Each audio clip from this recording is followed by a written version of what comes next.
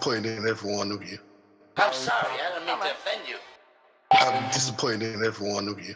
I kiss you on the mouth. No, I'm not cool with that. I'm sorry. One more time. I'm disappointed in every one of you. I mean, I'm dealing with degenerate animals. I'm disappointed in every one of you. Disappointed in every one of you. All right, come on. Honestly, I can't do it no more. I'm disappointed in every one of you. Let me tell you why. It's gonna be all right, Nicky. Go ahead, shoot. He just killed a fucking man. What are you going to do about it? You're happy because you got nothing. You don't got a thing. You're happy because you got nothing. You got nothing. I want to get out. I want to get out of this rat hole. I want to get online. I need BDA Boxing.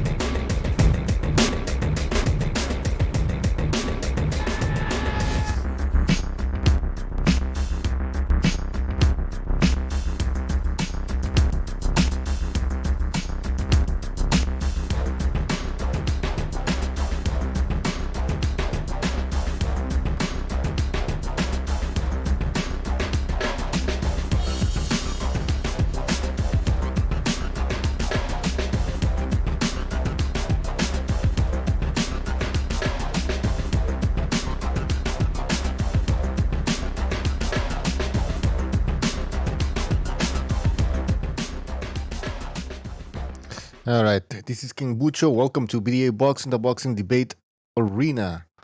By the way, the credits there, I forgot to add Tim Nealon, who donated last time. He should be on the list for a potential January champion. So I'm going to add his name later on.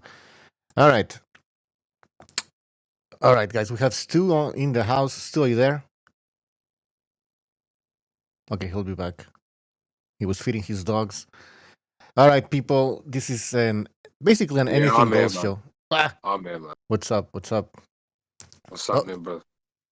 G-Boogie, thank you for your contribution. I don't know what that emoji is, but thank you.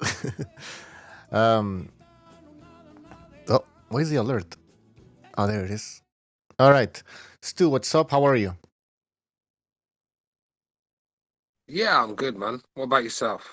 Pretty good. I'm getting like the flu, so I hope it's not the coronavirus. But I don't know. Maybe I'm just panicking, you know? Yeah, you haven't been in any Chinese restaurants No. lately. No, I'm good. But, all right, man. Listen, this is an anything goes type of show. So we're going to open, actually, the phone lines are already open. So people call in, don't be shy. We can talk about anything you want that's related to boxing, obviously, or the coronavirus. And I printed out some news, so we got a bunch of topics we can talk about. So let's begin. Oh, wait, quick shout out to the people in the chat. Mike P, Jam Porter, Uncle Burnt Apostrophe, Joey Ocean, Mike P, I already mentioned Mike P, SSB28, Seamus Carey. Guys, welcome to the show. And of course, G Boogie, who's there. Oh, Chris Gonzalez, the ever funny Chris Gonzalez. All right, so I read this article. It says Eddie Hearns sees Saudi Arabia beating out UK to secure Joshua against Fury. So basically, he's saying that he'd like to see the Joshua Fury fight in the United Kingdom. However, he says that the Saudi Arabia, if they offer a lot of money, there's no way they can compete with them. What do you think about this too? Like, is this going to be the future, having many of these big fights in Saudi Arabia? And do you actually mind? Look, if these fucking Arabs are willing to spend 200 million on a fight, or whatever it is, $500 million, and in some cases these guys are willing to go to, apparently.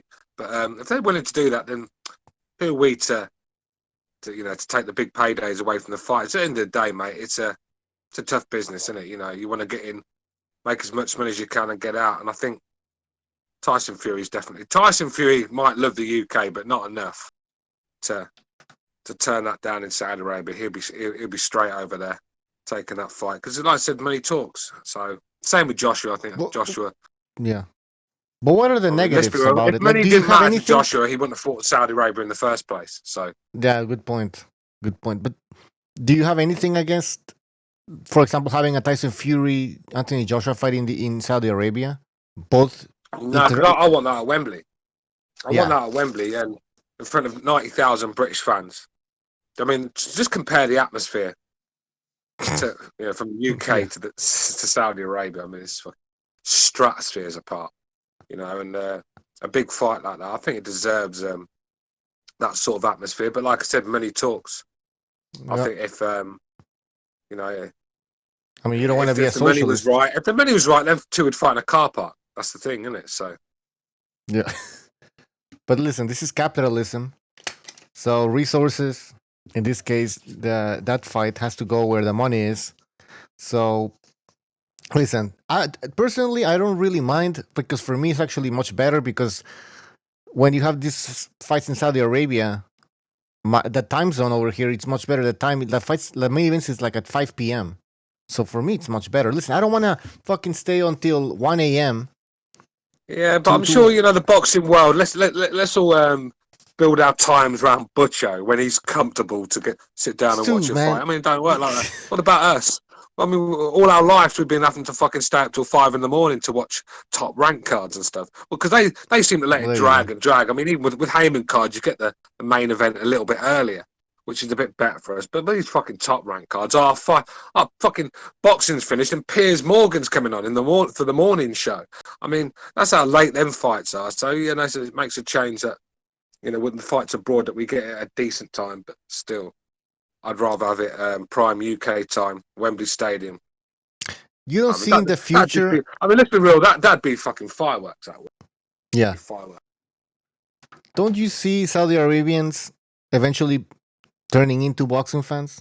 Why can't it happen? They probably are boxing fans already. Who we'd say they ain't, but it's just boxing's like it's a sport with a lot of history. There's a lot of politics, history there. And like I said, you can't just. It's a very tough sport to understand boxing. If you can't just jump into boxing and know what you're talking about. It takes years and years of watching fights and being in gyms. Fucking watching the old archive videos and of all the great fights. To be a true boxing fan, you can't just jump in. It's like the British fans that watched the NFL when they come over. It fills Wembley Stadium. It fills all these big stadiums. Every game they put on there, because I think they put on a couple of years now. Every game, fucking stadiums are full. But you ask any of them if they really understand the fucking game, 5% would probably say yes. Because it's an hard game. And so I watch the NFL, but fucking don't ask me about all these fucking moves they make. The shotgun and all that, and all these downs and all these fucking timeouts. I don't understand any of that. I watch it for the hits and for them long throws. That's basically it. And I think that's what you'll find with a lot of casual boxing fans. They go in there to watch the hits and the blood and the violence, but they don't understand the sport of boxing, sort of thing. And so it's going to take. Like a Floyd fan. I said there's a few Saudis that probably do understand it, but you're sounding like a Floyd fan. It's going to take a few years. It's going to take a bit more than Joshua v. Andy Ruiz. Just put it that way. You're sounding like a Floyd fan. Why? Why? You don't understand the skill, pay no, the bills. But no, I know I sound a bit fucking condescending, but I don't mean that. But you know what I'm trying to say. It's not a sport you can just jump into and no, it's true. It takes time. Hardcore boxing. It takes years and years of watching the sport. Yeah, I've like invited people who actually barely watch any boxing, and then they're like, oh, but most of the fights that you invite us over to watch, like. Yeah. I'm not saying they think expect when just as an example, this is say when a casual fan sees Wilder fucking dragging up Ortiz from the grave. Yeah, the media will make what Ortiz look to be the boogeyman, this great fighter, this what everyone's avoiding, a dangerous man. So it actually makes it look like Ortiz is the second best fighter in the world. To a casual, he probably is, but these guys don't know about Joshua, Tyson Fury, and all these other guys. Do you know what I mean? So. I think with like I said, it's a tough sport, boxing, to understand, isn't it? And it's not just the politics; it's the judging, it's the decisions. Even scoring a fight. You get 10 people score a fight. How many of us are going to score it the same way? Barely any of us. We'll all have different. Even if we might have the same winner, but with a few rounds here and there difference, even some guys might have the other guy winning. So it's a complicated sport because it's not even real anymore, boxing, is it? Half the time, I mean, it's not real. There's got the guy going in there with disadvantages. There's guys throwing fights. There's guys getting robbed. Okay, there's people in the chat who are gonna start saying that you're negative. Yeah. People in the chat are gonna start saying that. Let's just we're gonna get the mess. Yeah, we're gonna start getting messages that Stu's negative. Why is he so negative? Well, I'm sorry, but fucking hell, man. I mean, it's the facts, isn't it? Boxing is a very sleazy sport. It really is. Yeah. If you calling Stu negative, you got as about as much of a brain as Kobe Bryant's got left. Oh man, no. No. Sorry about that. Sorry. What's up, fellas? What's up, Johnny boy?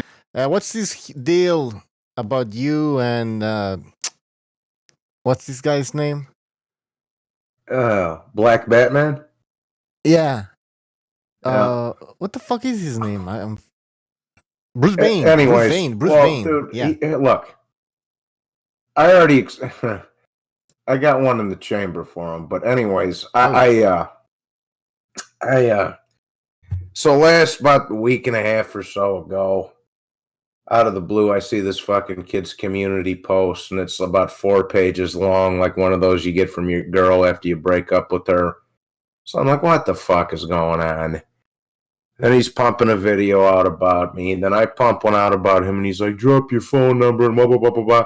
So I did. I said, I dropped my phone number. He called me off a block number because he didn't have the balls to put his real one on there like I did. So he calls me up. We squash it. We squash the beef like 2 grown men, supposedly. Then, last night, out of the blue, the fucking kid makes another video about me. So it just shows you how these little fucking YouTubers out here act like little bitches in high school broads. Okay? I told them where to go. Hit me up when you get there. You got a problem, I'm happy to accommodate you. So, and he's all getting, you see how much shit you giving me because of the black color of my skin? And I'm like, the fuck are you talking about, bro? He was on my stream last night. I took the stream down because I posted my phone number about 40 fucking times on there. Gee, I don't want it. Huh? Yeah, don't do that. Yeah. But the kid's a fucking bitch, bro. It doesn't matter, bro. He said, I'll fly out there. I said, well, come on, man. Fly out here. I don't care. Box in the chat says Bruce Vane is a proud Flomo. Yeah, I've listened to some of his videos, and when he starts talking about Floyd, damn. That's all I have to say. All right. Well, Johnny boy. In a nutshell, bro, Butzo, here. You got a problem. You know what my face looks like. You have my phone number. So like you can look up the fucking area code. So where, like, if you really want something like that, come on. He ain't gonna do That's a right. damn thing. He ain't gonna do it. Well, I know that. His problem is he's run out of Deontay Wilder material. He sucked every millimeter off of Joshua's dick, so he hasn't got a dick left, so there's nothing to suck. So he has to move on, and now he's on your fucking ass. I used to like Bruce Wayne. I used to enjoy his videos. He was quite entertaining, but it just got repetitive after a while. It's like same old stuff. And let's be real, I don't like Deontay Wilder, but you can't hate on a guy that's achieved what he's achieved. And the guys just constantly hate. You got to give Jews where they are, and sort of thing. I thought it was a bit corny in the end, just running a man's achievements down and then running this down about him and that down. I mean, it just gets tedious after a while and boring. All right, we've had a little laugh about Wilder, but it's time to move on now. Still cracking the same old jokes about him. And let's be real, like I said, the fucking guy's not done too bad for himself, is he, when you look at his bank account? So that's just where I am with him. I think he needs something. His listeners were going, because I got bored of the Wilder stuff. So they were sort of drop. I saw the numbers starting to go. So he needs to spice his channel up a bit, and I think he's using you to do that. Still, and then he copyrighted one of my videos and reposted it up on another channel and said I did it too, and I couldn't take it down because I didn't have the fucking URL for it anymore. That's what he did. Oh yeah. But and then he blames it on me. He's like, "Oh, so you reposted it on somebody else's channel?" So you think he's doing this to keep the feud? Look, bro. He's doing it to keep the feud going. Yeah. Look, the guy, you guys in the chat can talk about he's achieved nothing, right? But at the end of the day, he gets up in the morning, there's a WBC belt on the side. How he won it's a different. And the fact is, he looks at his bank account, and like I said, he sees money that we would never see in 10 lifetimes. So that's achieving something in life. Whether he's achieved anything in the box, I mean, that's different. You know, you can have your opinions on that. Some of us think he's a bum, some of us think he's all right. But in life, he's achieved well. I mean, look at, I know money's not everything, but the people with no money say that. It's only the people that got no money say that. Oh, money don't mean everything. Yeah, fucking does when you've got it. So that's my way. That's I'm not hating on Wilder as what he's achieved in life. I don't like the way he fights, and I don't like the opponents. See, and let me just say one more thing, Bucho, on this fucking stupid ass topic with this little kid fucking high school drama shit. Listen, any of you in the chat that are boys with them, tell them to come fly out here because there's not going to be a Bruce Wayne anymore after that. Okay? So just tell them to come on. Moving on, Bucho. Tell him to come on. He'll be shaking dirty hands with the Spilatro brothers. You want to fuck with me? He should call into the show. Yeah. Nah, man. All right. We had enough of this. Let's get down to business. I don't even know what the business is. I'm just going through the news. Deontay Wilder had to take his sparring lickings in order to become a force. Oh yeah, I read this article and it's talking about like how he... Remember that video with Wilder sparring David Haye and he was getting tagged? Well, this article says that, like Wilder has been learning and improving since then. And I'm like, this guy on fucking drugs? Because Wilder hasn't improved since he started fucking boxing, in my opinion. Or maybe he's a little bit more patient, I guess. All it is, Butcho, right, is because he's not throwing as much as he used to. He's not looking as fucking wild, if you get what I'm saying. Instead of, like I said, throwing out of range and reacting to feints, he's just not doing anything. And I suppose that makes him look... He's, like I said, the patience thing as well. I suppose that's the only thing I can think of. Because for me, his left hook has got worse. I mean, that is a swinging clothesline now. That's not even a hook. The right hand, it's the punch he knows how to throw. It's the only one. But it's dangerous. So I don't see any improvements. I just see more just more experience in the ring. That's all it is. Getting more experience. He's more patient. Yeah. He's not throwing as many shots and not putting himself in as much trouble as he used to. And that's all it is. The first time... Definitely not improving. First time somebody puts on the gloves at the gym, you've seen these guys that never ever spar or whatever. They just throw like punches like crazy. That was Wilder. Yeah. Now he's like... But that's not a big fucking change, though. That big deal or anything. But go ahead. Go ahead, Johnny Boy. No, they just swing wild and then you fucking tee off on them because they don't know how to throw a punch. But yeah, I fucking... I was just going to say, hey, you fucks, we got 50 fucking people watching and 15 likes. Quit scratching your nuts and fucking flick the like button. Well, yeah, come on, get it up. Exactly. What the hell's going on, people? Show us some love. Love. I'm not on drugs, by the way. All right. I sent you a link, Revolution, so if you want to join in. So exactly. I think we all agree. Listen, Wilder hasn't really improved. This guy who wrote this article is probably being paid by Al Heyman. It's kind of funny that they think that he's improved. He's not. Moving on. What else do I have over here? Okay. Joshua versus Pulev. Talks continue as deal and deadline draws near. So Joshua looks like he's going to be facing Pulev next. And he has 2 mandatory fights, so that includes obviously Pulev and Alexander Usyk. However, Eddie Hearn wants wants the Joshua Fury fight. I think Hearn thinks that Fury's gonna win, and he's right though. Fury's gonna win, so it's interesting how he's already planning ahead and talking about Fury against Joshua in the United Kingdom or Saudi Arabia. Easier fight to make. A lot easier fight to make for Eddie Hearn. Of course. That's the if deep down he probably wants Fury. Fury's Wilder's a lot more dangerous for Joshua because he's got that power, and Joshua's was proved recently that he's quite vulnerable around the whiskies. And I think if Wilder landed clean, he'd be fucking asleep for a week. So I think Hearn's not stupid. I think Wilder is a more dangerous fight than Fury. I'm not saying it's an easier fight to win, if you get what I'm saying. I still think Fury's a tougher fight to win because he's very awkward, isn't he? And no one looks good against fucking Fury. So, but I think with that equaliser Wilder has, and like I said, he's still quite vulnerable defensively. I know he showed improvements against Ruiz, but he was still hanging around far too long, getting caught and reacting. The way he reacted when he was getting caught was a bit alarming for me. So, he's still got weaknesses defensively, and I think if Wilder fucking lands that right hand, I think. Yeah, I think with Joshua, I don't know. Did Fury have the power to knock Joshua out? I don't know. What do you guys think? Dude, I don't know, bro. I think it only ends one of two ways: Fury on points or Wilder by knockout. I think that's the only ways it's going. That's just me. No, that's fine, man. I mean, that's what most people are thinking, I suppose. But like I said, you just don't know. And there's times when I've seen fighters get knocked out by guys that you just think, well, how the fuck did that happen?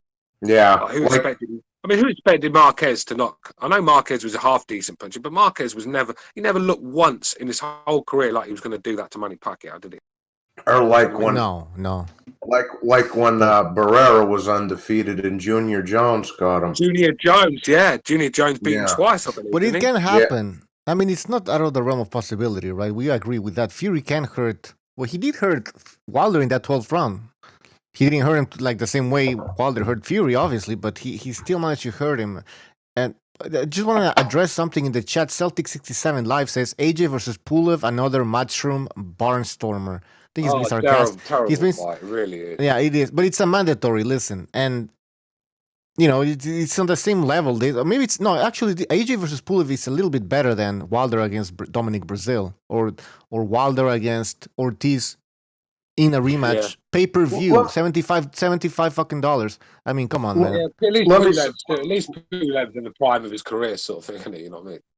Yeah, and let me say this. Now, I'm not crazy about the AJ Pulev fight, but it is as mandatory. And also, if we're gonna give fucking Charlo and Tank Davis credit for fighting their bum mandatories, that Al Heyman greased the palms of the sanctioning body so they could become the mandatory in the first place, then what the fuck is so wrong with the Pulev fight? You got to keep it solid across the board here. I just find Pulev just so boring to watch. I mean, it's just the basic stuff. It's the fucking jab, the lead with the right, and then the hold. I mean, that's all he does. And it's tedious to watch. I got a feeling Joshua, I don't think he's going to be too excited anymore. I think he's going to stick to that defensive-minded sort of fighting style. I just don't see him getting back into that come forward sort of fight like he was before, because he knows he's vulnerable. And like I said, Pulev, one thing about Pulev, he's got a decent right hand. That straight right down the pipe is quite a decent shot. And if he lands that on you just don't know with Joshua. So I think Joshua's going to play it safe and cagey as well. And I just think it's going to be a dreadful fight to watch. I really do. Not looking forward to that. You know the irony with that, Stu. You know the irony with that. And hello, everybody. Revolution checking. What up? The irony with that, Stu, is it's almost as if Joshua has become Vladimir Klitschko in a way. You know, he got knocked out and he had to readjust his style and become a defensive, boring fighter. Anthony Joshua looked up to... Boot your computer. That's it.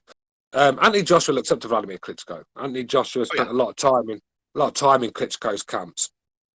Klitschko taught him a hell of a lot. If you look at even his mannerisms, he's very Klitschko-like the way he is. Don't get me wrong, he's not exciting, nor was Klitschko, but just the way they conduct themselves, very similar. And I think he's learnt a lot from Klitschko, and that's why they showed so much respect when they fought each other, sort of thing. So yeah, maybe he's looked at Klitschko and thought, because his chin is similar to what Klitschko's is when he was getting knocked over the place, So Yeah, he's probably looked at Klitschko and thought, you know, I mean, it's about rain. It's about raining and not getting brain damage at the end of the day, isn't it? So it's about raining and not braining. but yeah, listen, well, Fury. We're comparing him to he might become a Vladimir Klitschko after that Corey Sanders. No, wait, was it not the Corey Sanders? The Lemon Peterson. No, Lemon Brewster fight. Yeah. Wait, hold on. First. But we've only seen Fury fight like that in one fight. That was against Ruiz in the rematch. So let's see if he fights like that against Pulev. Because we're already making like a conclusion that he's going to be the next Klitschko type of boring style. We don't know yet. Well, I mean, he learned something about himself that night. Mm-hmm. That we also learned. You know, when you get knocked out, I'm sure it takes a lot of confidence out of you. And now, you know, even if he builds it up, if it happens again, that's going to be really damaging. So he can't afford very damaging. It's not just that. It's with the heavyweight division. Just you can get away with making mistakes in the smaller divisions. Just get away with it. Not all the time, but you can get away with it. In the heavyweight division, one mistake you can fucking sleep. Yeah. And I think that's why when you watch a heavyweight fight, a lot of them are very negative. They're not really busy. They're not like coming forward. Are they letting their hands? So you get fights, like you said, you get fights now and again where they're good fights. Once in a blue moon, you'll get one. But the majority of heavyweight fights are very cagey and single shots being thrown, a lot of holding, and you know that's what you get with the heavyweight division because just one error and you're fucking asleep, and that's the difference. Hey, if Linares and Lomachenko were heavyweights, it may have been a totally different outcome in that match. Yeah, good that point. One mistake, that one shot, could have been sleep. Heavyweight division is a different. I don't know. It's like different than other divisions, obviously. But and because also you can get away with a lot of things. For example, Wilder, those skills he has, he could never become a top contender in any division fighting like that. He just get fucking outboxed, man. But because he's in a heavyweight division, especially this heavyweight division with a lot of fat asses, he can get away with it. No, it's true, man. He can get away with it. Like lack of fundamentals. A lot of these guys, they're seeing the shot coming, but they're just slow and flat-footed, standing there, waiting to be fucking sniper. Just waiting for the American sniper to fucking shoot you in the fucking head. I mean, when Dominic Brazil hit the fucking ground, it was like when the Blob was coming out of the movie theater with Steve McQueen. Luis Ortiz relived his whole life. Like, listen. Like that, it was a fuck. Last time I saw someone falling like that was Apollo Creed, I think, in 1988 or whatever. Exactly, man. But listen, or something like that. 85, Rocky 3. But don't you think that Ortiz saw that punch coming? Ortiz saw his whole life, flash before his eyes before he got hit by that punch. He saw it coming. Just too fucking slow, man. Right. When you said his whole life, does that mean going back to when he was around in the Egyptian pyramid? Yeah, exactly. Yo, that would be. Was he getting flashbacks of Caesar and all that? Yo, I just fucking thought of the opening scene to the movie, the biopic of Luis Ortiz. It starts with the fucking last Wilder fight, and it's leading up to that fucking punch, right? And he gets that knockout punch, and the screen goes black, and now he's a young boy in Cuba. And it all starts. Exactly. It all starts there. Like you hear the fucking Cuban music and everything there. That's him. That's man. I 1867, Cuba. Pay-per-view. That was a pay-per-view, man. Let that sink in. I mean, I didn't even watch Danny Garcia fight. I'm not going to put myself through that. I told you that. I'm not that dedicated anymore. Does that make me a casual? Sign me up if it does. You guys have got me. You know, if you stayed up till 4 a.m. and watched that, you're a better man than I am. Because I ain't going to do it. No, I understand you, man. You got to remember, when you stay up to 4 or 5 o'clock in the morning, it takes you 2 fucking days to recover when you get my age. So, I mean, it's just... And why am I going to put myself through that to watch a garbage fight? And then when I go up in the morning, I'm getting reports. It was dreadful. The whole card was terrible. I mean, did that really make me want to go and watch it on YouTube? No, it didn't. So for me, Jared Hurd fucking missed Garcia. That's just how it is these days. Bum last fights. Interesting. Yeah, that fight was at midnight over here, and I was talking with people on Discord, and I was telling them, listen, I'm falling asleep. I'm fucking falling asleep. I was just hoping for Danny Garcia to knock this guy out so I could go to sleep. But now I went 12 rounds, man. It's horrible. Horrible. And like, it's too sad. Sometimes I question whether I'm truly a hardcore boxing fan because there's some of these fights that I don't give a shit about, man. And I know we have a boxing channel and, we have to watch all these fights, but sometimes I go like, I don't want to fucking stay up this late, man. Or I want to do something else. I don't want to watch this garbage fight. Yeah, like I said, I've been doing it for years, Butcho, staying up. It's been killing me. And what am I getting out of it in return? Nothing. There's the enjoyment sort of gone. And like I said, you can't really enjoy a fight when it's fucking 5 o'clock in the morning. Your eyes are like piss holes in the snow. Oh, yeah. You know what I mean? So it's just not an enjoyable experience. And like I said, when you're getting fights like the PBC, Man, that piss holes in the snow line, that's my favorite line of yours, Stu. I haven't heard it in a while. Thank you. I say it all the time. Yeah, and it's funny. Have you guys ever seen apparently like there's like a YouTube series? I don't know, these two guys are like Ak and Barack are their names. And they do this thing they call they're the guys from the Zone, yeah. Yeah, the Zone. They call it like the pull-up, and like they'll find somebody who talks shit on a boxer on Twitter, and then they'll go find that guy and they'll bring the fighter with them too. So I saw him one time. They did it with old Zab Judah, right? Somebody was talking shit. Man, Zab Judah was never shit. And then they pulled up with old Zab, and old Zab punked this guy out. He was like, "All right, man, I'm sorry." But like this week, I saw they just uploaded one. It was with Danny Garcia, and it was some guy on Twitter was saying, "Oh, Danny Garcia, he's the worst welterweight champion cherry picker of all time, and every big fight he's won with a lucky left hook." I'm like, well, he just spams right on that. Spams the left hook button, and eventually one lands, doesn't it? Yeah. He spams the button. Yeah, but I couldn't even watch that one. I'm like, the guy's right. What's Danny going to do? Fight this poor man for being right? I think those are fake, man. And the thing is, when you look at some of these opponents Danny's fucking picking, I mean, I'm starting to think it's him he's the one that wants to kill someone in the ring, not Wilder. Because that's how it seems to me. It's like he needs a highlight reel, sort of like to get his career back on track, because he's meant to be this big puncher that knocks nobody out, by the way, anymore. Yeah. Like I said, the highlight reel's got Solker on it, it's got Khan, and then you're struggling after that. Then it's just a few Granados. Yeah. Sorry, I love you, Granados, but these are the guys who he's knocking out. A 68-year-old fucking Eric Morales, get out of here, man. Head in my fucking face with that. I don't like the way you're talking about Danny Garcia. He's an elite boxer, and I mean, the thing is, you just even the Puerto Ricans don't want to claim him, and they're struggling for fighters right now. I mean, they're not in a position to be turning anyone down, but they turned him down. I mean, let's be real, he lost that fight in Puerto Rico, didn't he, against Herrera? So it's just something about Danny. He just doesn't. Well, listen, we've talked about it in the last show. Danny Garcia, like I asked everybody, where is his career going? Because he already stepped it up twice. So he fought. Oh, no, wait, let's start with. He had a Matisse fight. He was like an important fight in his career. He won that fight. Great. Then he fought Lamont Peterson. A lot of people think he lost that fight. Oh, was that fight before or after the Thurman fight? No, that was before Thurman. And then he fought Keith Thurman. Didn't do jack fucking shit, right? He lost that fight. Then he had another fight against Sean Porter, lost that fight. So, like, what's next for him? Like, exactly. who can he beat? He's becoming the Derek Chisora of the welterweight division, whether you like it or not. And let's be real, talking about momentum, he was on the Mayweather undercard, right? I think it was. He got paid good money to fight Matisse. It was a good performance as well. He bashed Matisse up that day. Of course. He should have built on that.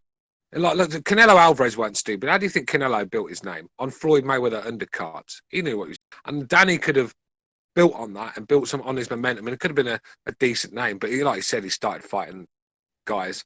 I mean, who called for him to fight Zab Judah? I mean, you could count it. You count the people on an amputated hand who wanted to see that fight. Lamont Peterson, no one wanted that. Solker, I mean, fucking, I thought that was a joke when I first heard that. So. Brandon Rios. I didn't. Oh God. Talking about a punching bag with legs. That's what he got that night. That's his whole career is built on highlight reels of these fucking punching bags. Yeah, it's true. Yeah. Look how old. I mean, let's be real. That's it. Morales gave him a good fight in the first fight, yeah. And Morales was shot to pieces and fucking flabby on steroids and also dieting fucking pills. Yeah, it's true. The guy was a mess, man. And he still fucking held his own with Danny and gave him a good fight. Morales was like a junior featherweight, man. Ashley Theophane give Danny all he could handle. That's Ashley Theophane, by the way. Let that sink in. Yeah. You know, Morales was a junior featherweight. What the fuck was he doing? Went 10 rounds. He went the distance with motherfucking Nate Campbell, who allowed himself to get fucking knocked out against some Australian guy. Bay Area Boxing says... Bay Area. I don't hear about Rios was a world champion. Yeah, Rios was a world champion when he was beating up people like fucking John Murray and people like that. You know? Oh, yeah, I remember that. Yeah. That's when he was world champion, when he was about fucking 20 pounds heavier than his opponents. And he was just walking through their punches and bashing them up. As soon as he started fighting guys his own size, well, just listen to how he talks. That should tell you everything you need to know. Brandon Rios is the fire that Teddy Atlas extinguished. Yeah. He called in the fucking... He called the fire squad. I mean, this guy, Rios, couldn't beat Mike Alvarado. So I don't want to hear about Brandon Rios. No, Brandon Rios again. Oh, yeah, it's true. Oh, fuck, man. Now, listen. Why are we talking about Brandon Rios? That wasn't a good win. Let's get out of here, man. He ended up fighting... Brandon Rios I saw him fight like Canelo's brother. They were having a brawl and it was like a war. I'm like, are you fucking serious? One guy is supposed to be a former world champion and Canelo's brother, man, he's just a name in Mexico, man. He's always getting beat up and shit. It's sad. All right. Oh, wow. Yeah. I'm looking at a picture of Canelo's brother. It's like, oh, damn, that's what Canelo would look like if he had a few more dominant genes. He didn't have those fucking recessive genes in him. Yeah. Hang on a sec. There's a question here. Tone Toledo, 1965, says, Stu, have to question your boxing thoughts.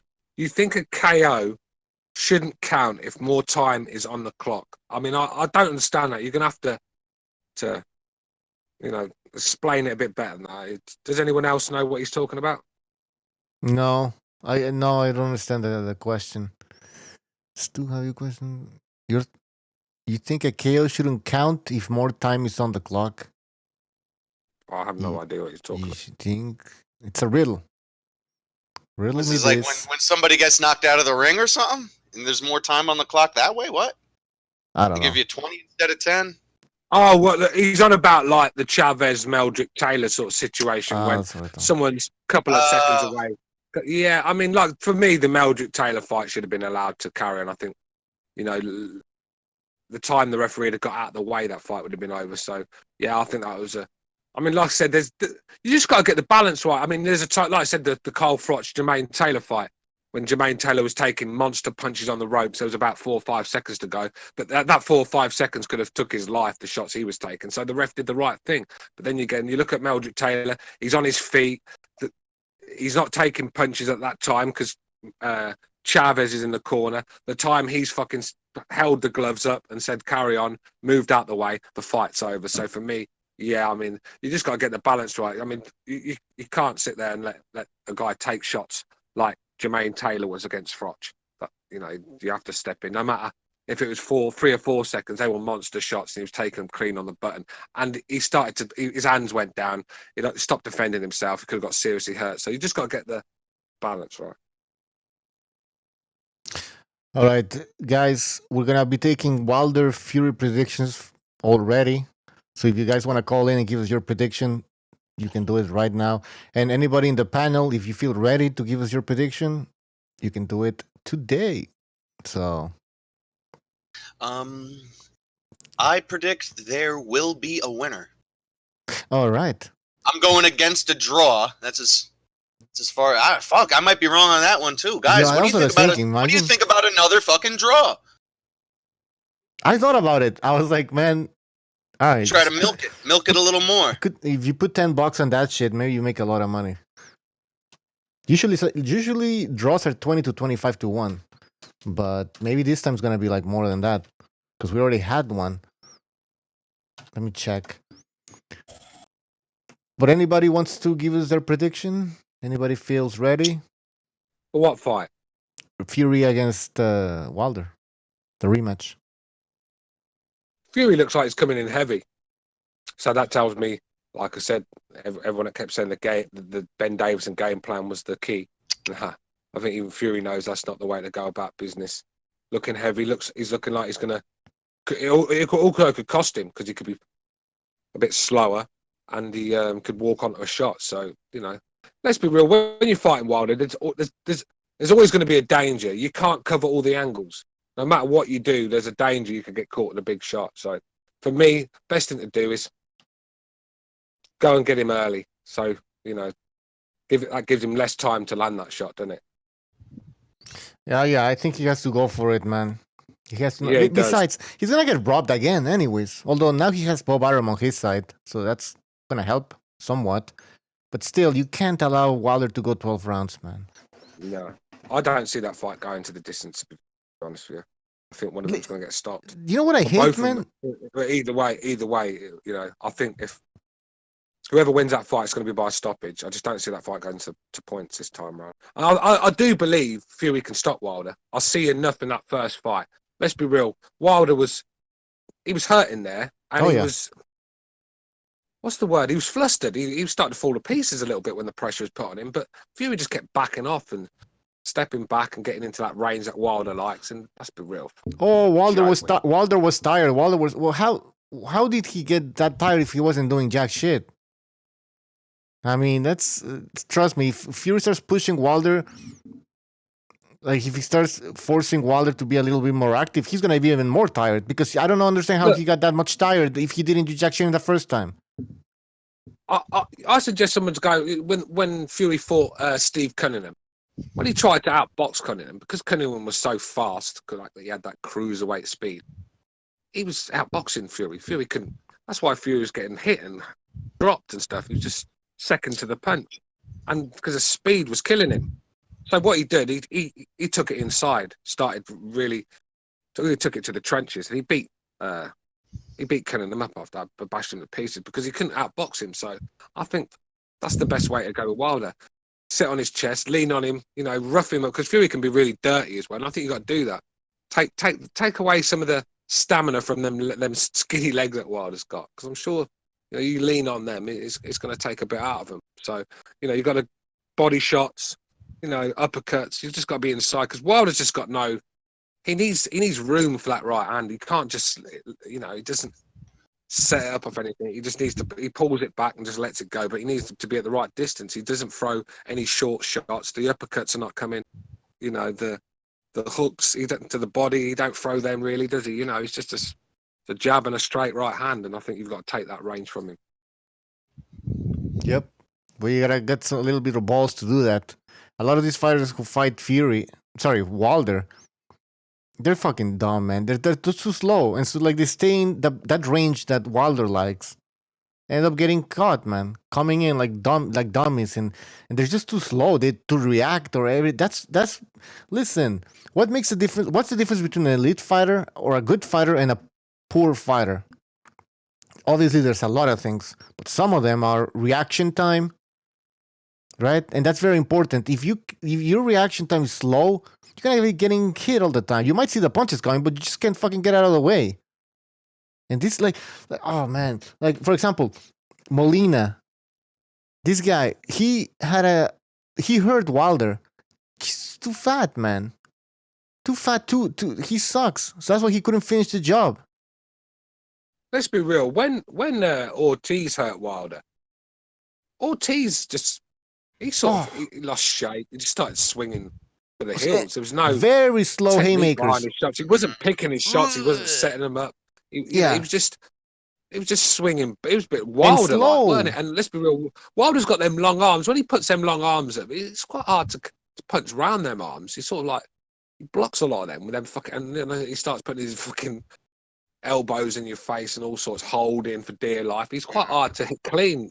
You have to take a little step back and fucking and take your time. But he just rushed in and he blew his tank, didn't he? Yeah, but could you see Ortiz doing that? What you just described, Stu? That like he's No. like a big guy. No, I know. I'm not saying that you wanted to see that, but I'm saying, can we actually expect Ortiz to do something like that? Of course not. He's just too big, too slow, too old. Well, what round was that in? That was like seventh, eighth, somewhere toward the middle of the fight. Now, I'm thinking if I'm Ortiz, right? If I catch Wilder good one time, and I know he feels it, I feel like Ortiz's mindset was probably, oh shit, I got to get him out. Here's my one chance. Yeah. Maybe if Ortiz took a step back and just let that marinate. You know, he caught him with one and then just went right back to the game plan. How would that have affected Wilder throughout? Yeah, the but fight? the thing is, he started a little more, get a little more hesitant. He's just starting to smother his own work, though. And you can't Yes. do it. It's like Sean Porter. Sean Porter would get a lot more people out of there if he didn't just fucking smother his work most of the time. You know, there's times when you've got to take a step, but get the right range and let them shots go. He was hurt. He weren't coming back with anything. You know, he was in no position to start throwing counters and stuff. So Yeah, he would. Ortiz could have, like I said, took his time and got him out of there, but he just blew his load. Overshooting. That's what I'm saying. Exactly. If he just he got him hurt, if he just let him go the rest of the round, let him heal up, he could have caught him again. I'm not saying let him I'm not saying let him go. I'm just saying pick your punches at the right time. You don't have to rush in there swinging windmills. You just there you go. Pick your shots. Nothing was coming back. Who in their right mind is going to let Deontay Wilder recover? You just don't do that. So you've got to jump on him, but you've got to pick your shots because he can be quite awkward to catch when he's all over the place, grabbing hold of you and sticking his elbows in your face. Wasting he's got long time. arms, isn't he? Yeah.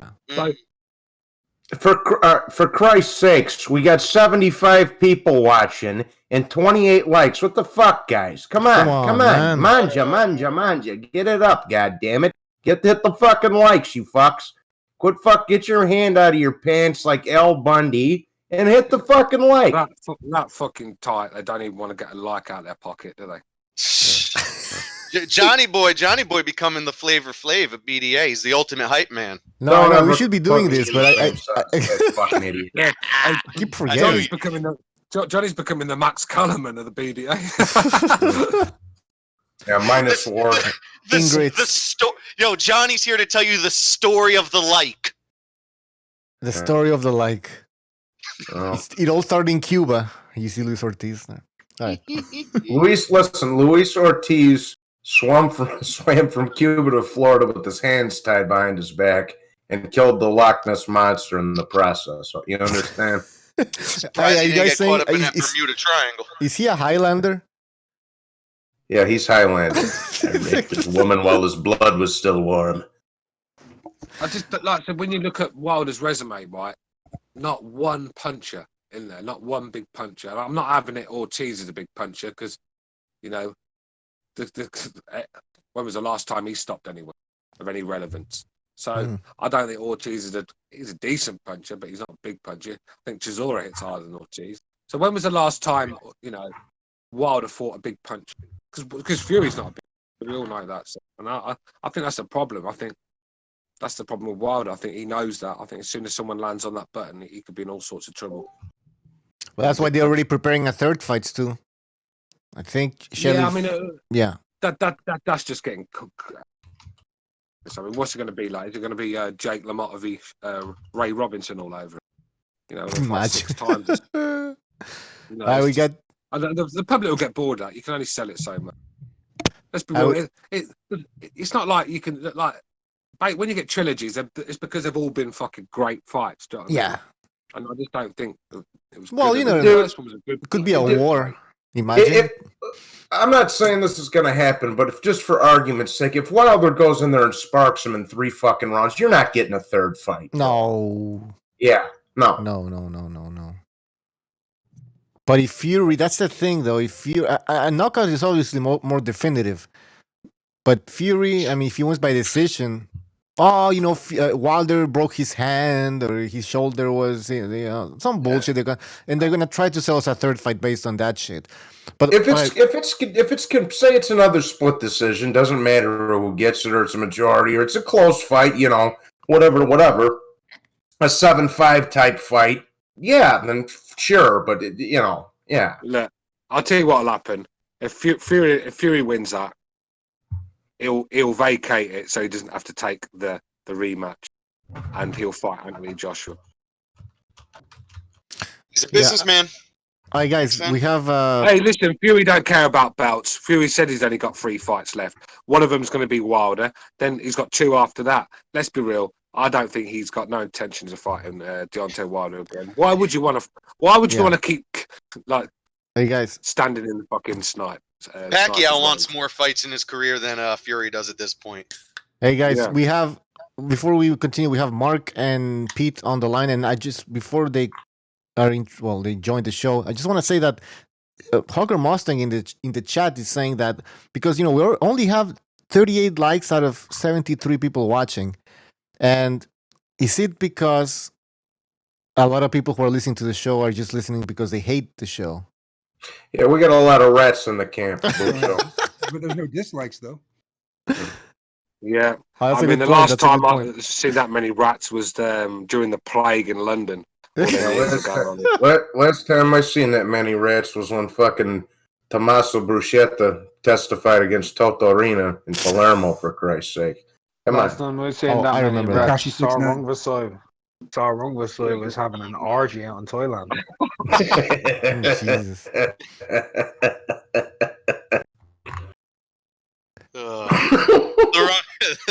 Sarisaket Sorung Vasai's buffet. Come on down. All the rat on roasting right now. Hey people, the phone lines are open. Don't be shy. Call in. Talk about anything you want, including the coronavirus. We're just kidding. And we're just kidding, by the way. Everyone's welcome. Yeah.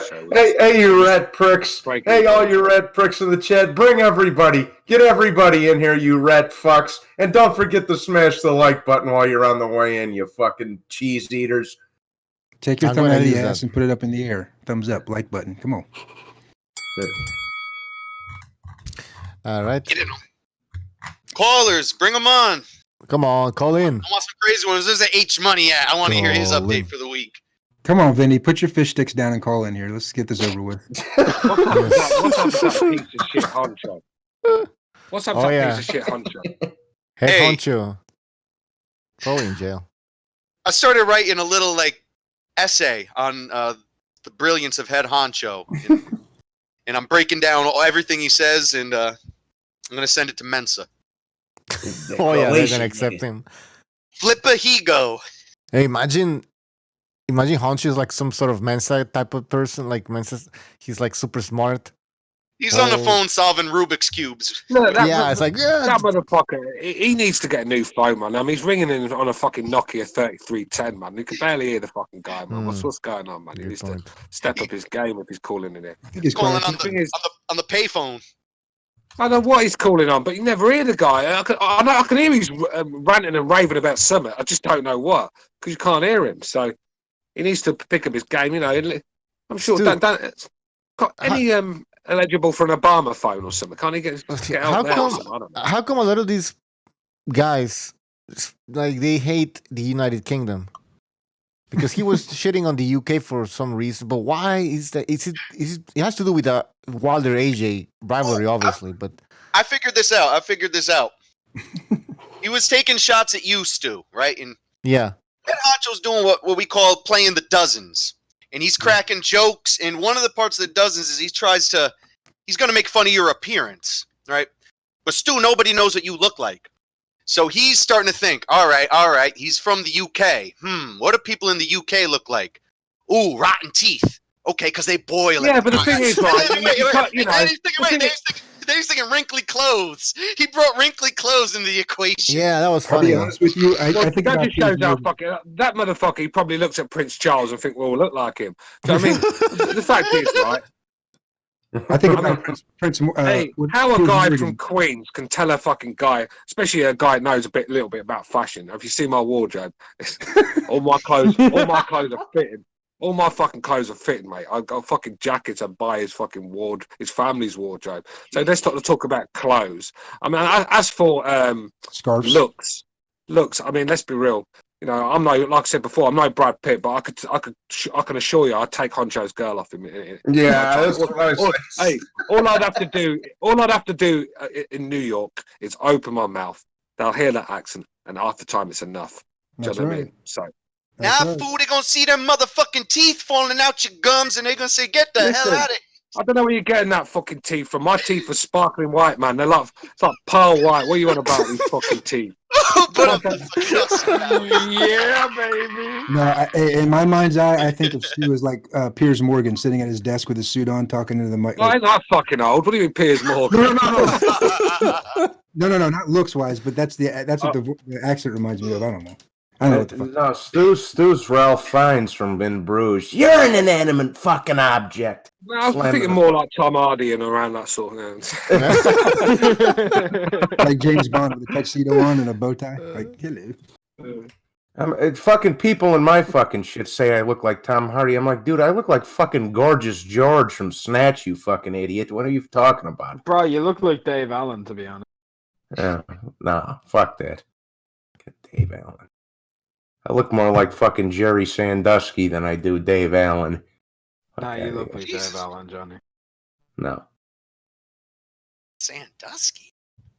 That's a kid touching coach?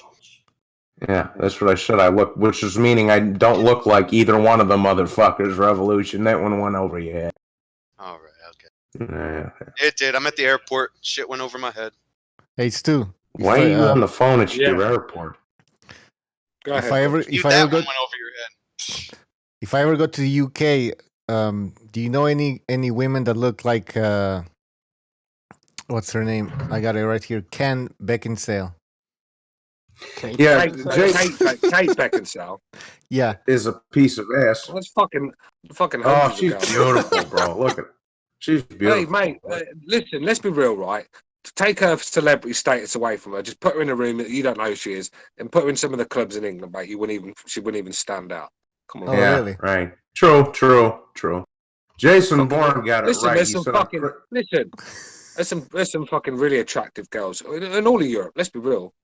Everywhere you go in Europe, there's very attractive women. Let's be real. So yeah, and especially England. And England's England's like a multicultural place now, isn't it? Especially London. And we got fucking people you got these beauties from all over the world. I mean, especially got Portuguese women here. We've got Brazilian women here. We've got Russian, Lithuanian. I mean, you get the pick of the best. The Spanish, French women, fucking Polish women, American women, Canadians, Australians, fucking South Africans. What else do you want? Jason Bourne got it. Oh, sorry, Stu. Jason Bourne got it right. He said I look like fucking Christian Slater. That makes a little bit more. That sounds more on par. No, you actually look a bit like Tom Hardy out of Warrior. I'm good with that. He should have won that fight. They robbed him.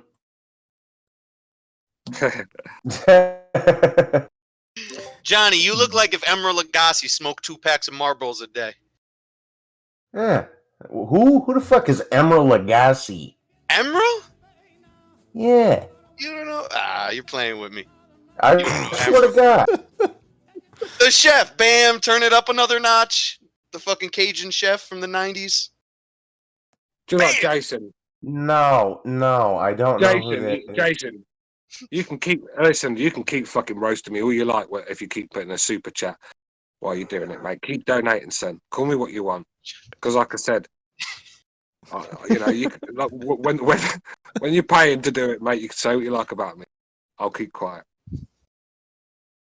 Oh, you can block it. You can time McNulty. Hey, Stu, you can time him out now that he donated if you want. I'm just Bay Area. Listen, Bay Area. Listen, you should go to Europe. You should go to Europe. I mean, go and ask Nesta Gibbs when he came to the UK. First thing he said, all of it, fucking the females over there are beautiful over there. He was surprised. Go and look at all the American boxers that come over. That was that young African American guy that Eddie Hearn took on the private jet. That man was like a fucking dog on heat, man. There's some beautiful women in there. Like I said, you live in the Truman Show. You've never seen anything outside your city, man. You get on your boat swimming. When you try to leave, you hit a wall, or the weather makes you turn around and go back home because you're in the Truman Show, mate. You haven't got a fucking passport because you had to chuck it away when you was claiming for asylum. So get out of here. Yeah, Stu's got a point. I mean, I live in a decrepit ass ghetto little town, a little bit north of Chicago, with a bunch of fucking I need to leave. Where's Florida? Take me to Florida. Pete, I'm coming. I'm working in the warehouse. Look, let's be real. Most of the, especially the white women in America, are from European heritage anyway. Where do you think they come from? Mm-hmm. Hell yeah. But let me tell you, some of those Eastern European, I had a German one, man. They don't take no shit, bro. They had me fucking goose walking around the house. Yeah, she's probably fucking got them athlete genes, isn't she? She was a fucking gymnast, bro. Yeah, the Germans are quite. German women are quite athletic, aren't they? Get this. I didn't even know they made him a German gymnast with triple D titties. I don't know how the fuck she got on that sawhorse or the fucking bar with them things, man. But the sawhorse. When you said triple, you know what I'm talking something. I think it's the pommel horse, isn't it? The pommel horse. Pommel horse. When you said triple titties, I thought about that woman with the 3 tits in that movie there, Total Recall. Remember that? That's pretty kinky. You remember the bitch with one titty? The bitch with one titty from that movie Kung Pao? Oh yeah. Nah, that movie was garbage, man. Any girl with one tit is forgettable, man. Hey, I bet he's the sort of guy that's got the fucking Human Centipede trilogy, isn't he? Revolution. You watch some yeah, he shit probably like watched that shit. And there was a sequel. DVD, innit? I watch when a lot he of has a date, he puts it on. I've seen things on the internet to this day I wish I never looked at. I have a feeling that you do voiceovers of Teddy Atlas over every one of them as well. You're like, when the dude's head goes up the other person's ass, you're just like, right here we see why you don't need to be a fireman. Hey, now you see the guy in the middle of the centipede. He's kind of like, when you were going on family vacation and your 2 brothers were in the back seat with you, and you're crammed into the middle seat, and you can't move your elbows, and you can't breathe. Hey guys, El Dog, thank you for your contribution. He says, Stu, give us your thoughts on hard-hitting, slick, good-looking, well-spoken, rising heavyweight superstar Flip El Animal Hrgovic. What do you know about the last fucking good looking. He looks like fucking Drago's fucking bastard child, doesn't he? Who? He really looks like Vitaly, bro. He looks Ivan Drago's like bastard child. But but Hrgovic is a decent fighter. He's not set the world alight. I don't see fireworks when I watch this guy fight. He's very Eastern European with his style, isn't he? He does just the basics very well. He's strong, but there's nothing spectacular coming from his arsenal, should we say? Isn't it? It's not exactly nice on the eye. I wouldn't say it was that, but he looks like he looks like he could be a hard fight. No, go ahead. He looked like he'd be a hard fight for anyone, though. I'll give you that. People need to get off all these prospect dicks. I don't care about Du Bois. I don't care. Joyce is 47 years old and he's had about 3 pro fights. Fucking Hrgovic, all these fucking yo-yos. Tell them to go fight somebody and then we'll start fucking talking about them. Jesus, Hrgovic, Joyce. Them fighting each other would be them fighting somebody.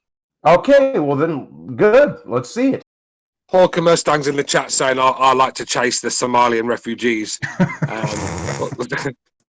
This is the guy. This is the fucking guy that goes to Slovakia to fight Nazi lowriders.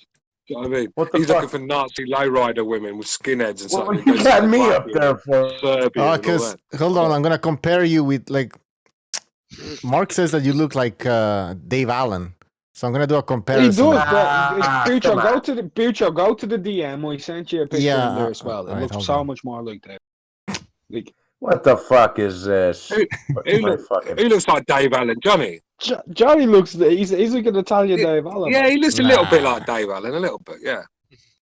Haircut. Hey. It's better than me, man. I look like a fucking smash up of Paulie Malignaggi and Canelo. I've seen a picture of you fucking... You look like fucking Shawn Michaels, you can. Hey! Oh, I look like Shawn Michaels? He's gonna... Yeah. Remember Shawn Michaels with the ball? You say Shawn Michaels? The bald mullet? Dude, Revolution. Revolution. I've seen you two upside down on that fucking trampoline like you're 12 years old doing backflips. You're a character. Wait, what are you talking about? Me doing backflips on a trampoline? You had a picture of you jumping on a fucking trampoline. Do you get what he's saying, Revolution? How can you? I see what you're talking about. I put that as an avatar on a StreamYard chat. That's an old. I know. Damn, Johnny. Johnny remembers it. It's real vivid. No. You look like what's his face there? What's his fucking face? What's that redheaded cocksucker's name? Fuck. What does he do? Shaun White? Is it Shaun? No. Ed Sheeran. Ed Sheeran's. Yeah, Ed Sheeran, that fucking singing cunt. Yeah, that guy. Yeah, I get that one a lot too. And then who's this? Who's the fucking? What's the guy's name? Seth Griffin, the guy who does Chris from Family Guy, does that voice? Fuck knows, man. I don't fucking know. What does it have to do with Deontay Wilder and Tyson Fury? What it has to do is. It's a good question. Hey, Butcho, when Butcho's got his sunglasses on, he looks like a fucking Mossad hitman, doesn't he? Looks like he's about to do a fucking hit. Yeah. Hey, when he went to Saudi Arabia that time? Yeah. Do you want to check if any fucking arrows have been taken out or anything? He got kicked out. They found Revolution. You look like Ralph. They found out he was a spy for the Israelis. You look like Ralphie from Sopranos. Revolution, just younger. Let me see that, Ralphie. I never heard could that. Be worse, boys. It could be worse. I look like an inbred Kovnasky. He really does. Yeah. It's not a bad look. Revolution looks like Kobe Bryant. What does that mean, man? Bay Area. Could we stop with the Kobe Bryant jokes? Revolution it's not even funny. Metallica. He looks like the lead singer of Metallica mixed with Ed Sheeran. And Bucho, I noticed you stopped calling me Revolution. You started calling me Revolution. Yeah. Did I lose my privilege? No, because you're sorry. fucking French, are you? Revolution. You're not French, are you? Or French Canadian, so you don't get the Revolution. What's this? Revolution. Next you'll be fucking working for L'Oreal, innit? Yeah, to be fair, there's actually a video on one of my live streams at one stage where Revolution's just chilling, and he comes on the video and he's just like, "Yo, what up?" And I'm like, "Dude, what's up with that ponytail?" And he just lets his hair go down like he was doing a L'Oreal commercial and all of it. It was.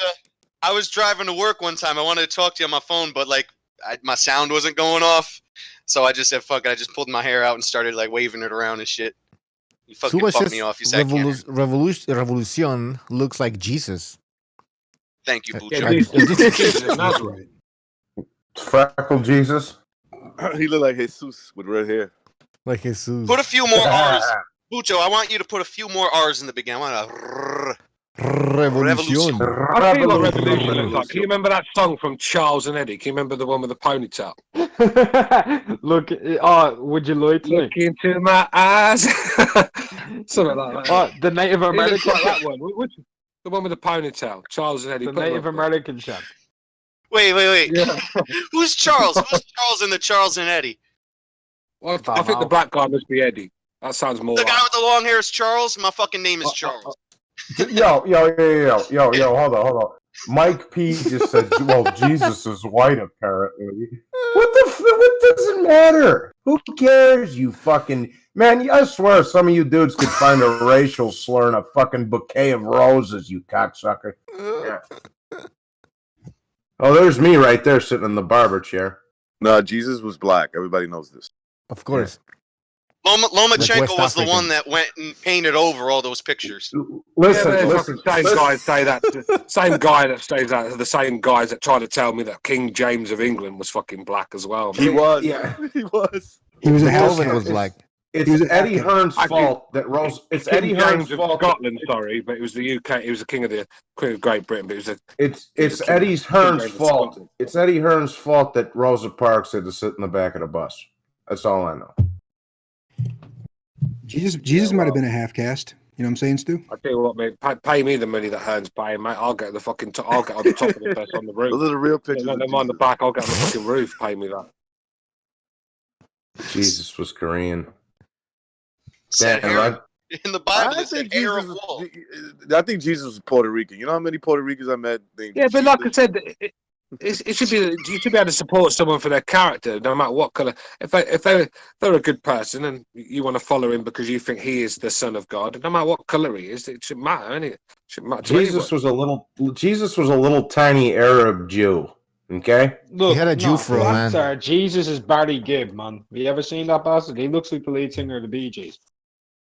what? Yeah. When I say, hold on, Bucho, when I say Jew or Jet, that's not a slur. I'm just old school. No, I just said Jesus had a Jew fro. Oh, I thought you said don't say Jew. Oh, I was gonna A Jew fro. Jew fro? Jesus Bravlovsky. Why are we Oh, talking there's about the Jesus, revolution guys? right there. I am the son. Go back, Bucho. Yes. Right there, bro. In the middle. Revolution. Yes! Holy That's shit, that's me. him. I've had that sent to me before, bro. I had an afro like that for years. Did you really? Yeah, that's revolution, right? My hair is real thick. Christ. I swear to God, if you took the beard off that and just shrunk maybe 10% off the afro, that was me. Because my I hair can't is see it. Please don't tell me he looks like Kaepernick.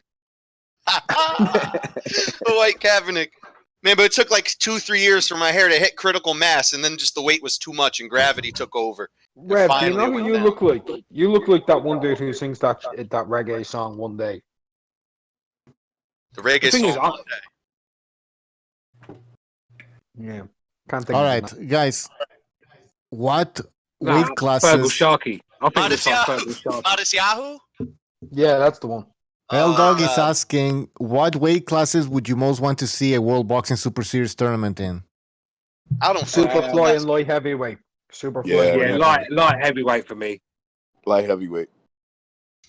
Light heavy and I say Superfly just because like you've still got Rungvisai Estrada, Ioka, Donny Mietes, Anka Haas, Kalia Foy, Chocolatito, and they're still all good. Yeah. Yeah. No, I'd definitely watch that if that happened. Like I said, the 147 is the fucking diva division, so you can forget that. Heavyweight's the same, forget that. So yeah, I mean the cruiserweight, you can't have any more cruiserweights. I mean, how many they've run out of a fucking guys to fucking pick for that one. Light heavy's the only option, really. Super Cruiserweight's middleweight. gonna have a part 3. Yo, yeah. I'm God. No, that'd be. I mean, I won't even watch that. Let's be real, I won't watch that. Well, still, are you even watching the one they're having right now? Are you even watching the one? Are you even watching the current cruiserweight tournament with the final with Brady? No, because like I said, why am I going to watch that when the best guys were fighting last year? Exactly. You know, but I will see that fight. That's the. I mean, I'll watch Braid's Dorticus. Is that you on about? I mean, I would watch that fight. Yeah, that's a fight I will watch. I'll watch that one. But like I said, it's still whoever wins that. Still for me, you can't even say they're the best in the division. Like last year, whoever won it was going to be undisputed, the best man in the division. It just meant a lot more.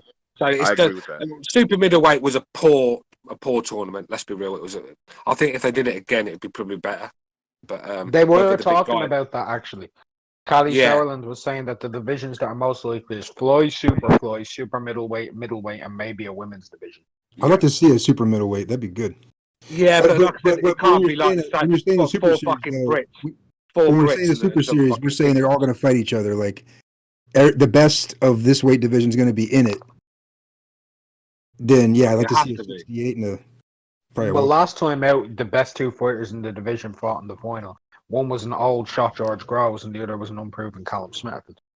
Yeah, it's just like with the tournament, it just weren't the right guys there for me. I mean, you had that fucking Cox guy that had no business being there. Mm-hmm. You had who else was there? Just a few guys. The fucking kickboxer,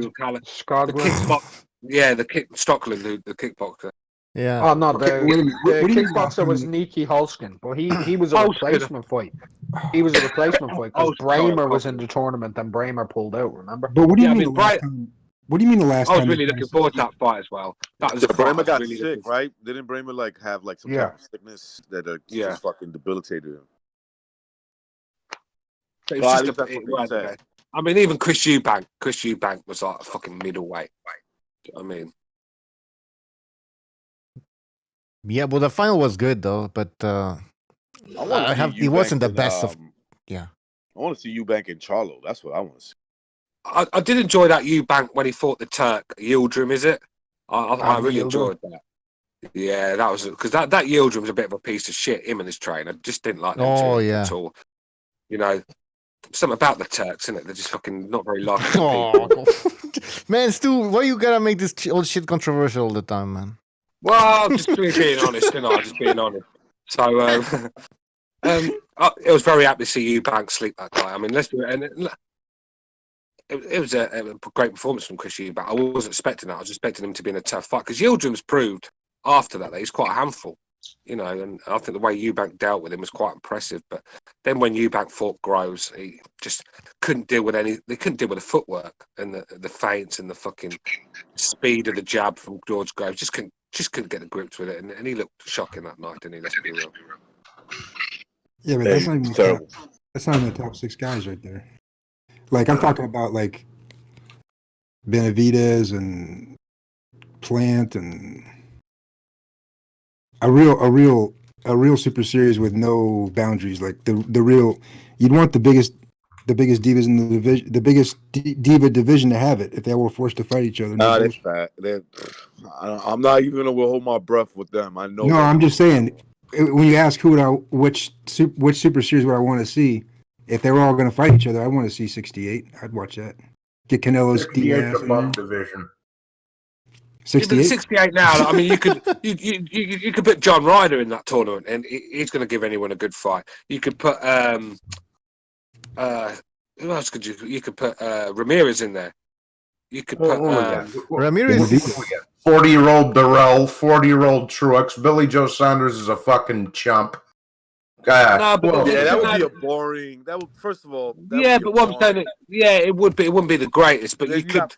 Then when it comes to time to fight Canelo, you gotta fucking, you gotta fight at a catch weight. Yeah, none of that though. Yeah, Richard Schaefer. Dehydration and all. Like no. Sorry, I'm not the one. 68 is where the pussies go when they don't want to fight the killers at 75, bro. Let's keep it real.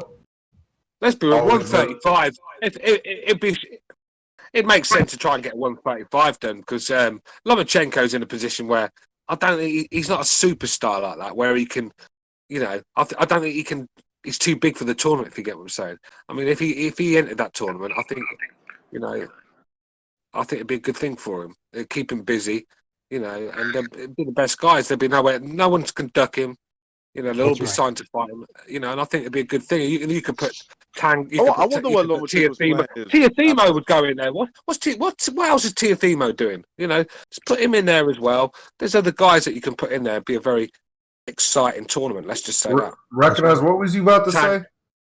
No, I was gonna say what happens after Lomachenko if he gets this fight with the next fight is with this kid fuck, I'm forgetting his name. Teofimo. And let's say he wins that fight, he's undisputed. I mean, I guess the plan is what? To stay there, defend it, or Ryan Garcia. Ryan Garcia is the plan. He's the fucking. Oh, and Bob Arum just came out and said, I just told Mark this a little bit earlier. The reason why that fight hasn't been announced yet between Teofimo and Lomachenko is they're waiting for Golden Boy and his freckled bitch to announce the date for Canelo fight, so we don't have two cards on the same fucking week. Oh, that's right. Yeah. Because so everybody's waiting on the freckled bitch. So hurry up and sign the fucking contract, whatever bum you're fighting. I think he's fighting Billy Joe. I have a feeling that's the fight, man. I mean, his date's going to be in May, right? It's going to be right. It's always the Cinco de Mayo weekend or whatever. Because here's the thing, bro. What they were gonna do is make it on April 25th, which is my birthday, but they're trying to save that for Inoue Casimiro, and then the second is Cinco de Mayo weekend, so they have Canelo. You're a Taurus. You're a Taurus like me. Yeah, my birthday's 5 days after yours. Oh, what is it? Damn, you Taurus? Yeah, we're both Taurus. Yeah, we got 3 bulls in the chat, bro. Yeah, I was just gonna say.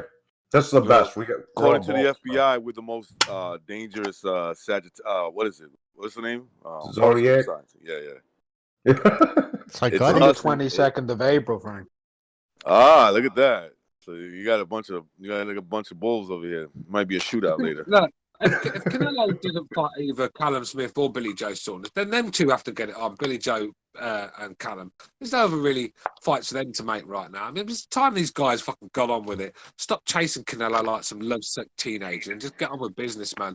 If he picks you, picks you. Everybody wants the Canelo fight with Stu because he's the big money fight. Yeah, I understand that, but it's like Kell Brook. If you can spend half your career fucking chasing a guy and it don't happen, and then before you know it, you've blinked and you've wasted 2 or 3 years. Hey, Bucho, could you scroll down a little bit so I can see the opponents, please? Thank you. Why can't I see anything on this screen, Butcher? Put it so I can see that, please. No, I just wanted to see how long the Lemieux fight was, because that's the last legit fucking fighter he fought, and that was 3 fucking years ago over here. And even then, you can look at that as not being completely legit, because at the end of the day, we all know he was on Xylophone. True.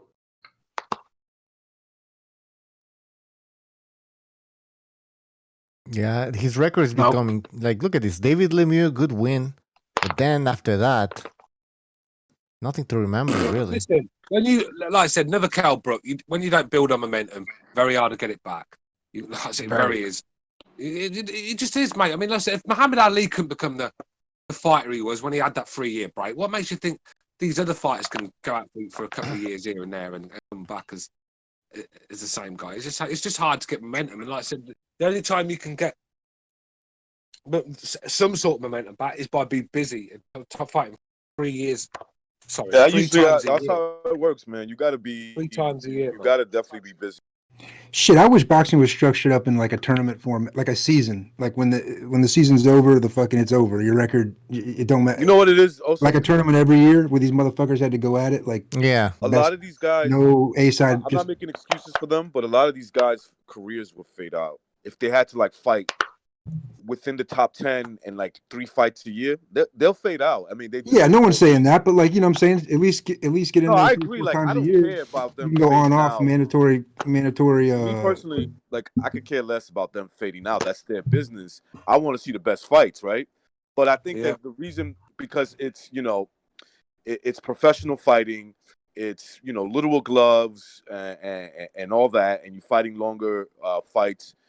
So what happens is, you put him in 3 fights versus the top 10, you'll see like in 2 or 3 years, if he's really good, even that guy's going to start. Like if you did that with Lomachenko, as much as I like Loma, who's 31, 32, put him to fight 3 fights and put him to fight 3 fights within the top 10, he'll fade out eventually. Yeah, but no one's asking for Billy Joe to fight for 3 top 10 guys. I mean, when it comes no one's asking for that. We're just asking to keep busy. I mean, like I said, every time he sort of like looks half decent, he disappears again, and I gotta be then honest, he comes sometimes back. I forget. Let's be real. When was the last? Like I said, the Lemieux was the last time he performed at a decent level, and how long ago was that? Every 5 years. Sometimes I forget Billy Joe Saunders is still active. He's been fucking shocking, and everyone's seen. That's what I'm saying. All this hate for Billy Joe Saunders, unbelievable. Billy Joe Saunders is one of the skilled fighters out there right now. All right, guys. 805, you're on the air. 805. Hey, what's up, guys? You know who it is. No, we don't. Tell us who you are. Dr. 805. Michael, stop. Yeah, that's the one. What up? What's on your mind, Michael? I just wanted to share that I'm a virgin. You guys are all talking about bulls and stuff. Oh, that's nice. Just wanted to keep. Is that by choice or is that just out of circumstance? Yeah, exactly. I think when you see what Michael looks like, it's probably not by choice. So I'm only kidding, Michale. I'm only kidding, brother. I don't believe you for 1 minute. I think it's down to choice. Yeah, I think it's down to choice. He's waiting on Ryan Garcia. Even the ugliest people on the planet. God bless you. Wait, stop. You're not a virgin because I saw you with that chick that you did a video with. Remember that? Mm-hmm. So stop lying. Oh yeah. Now you might be a virgin somewhere else, but no, I mean like the horoscope stuff. You guys are talking about astrology, right? Yeah, astrology. That's what I meant. Right. Yeah. I mean Virgo. Okay. I mean it's technically means virgin, like in Latin or something, but it's like Virgo. Oh, you're a Virgo. Yeah. Yeah, there you go. I don't know. What that means. This is a boxing channel, bro, man. So.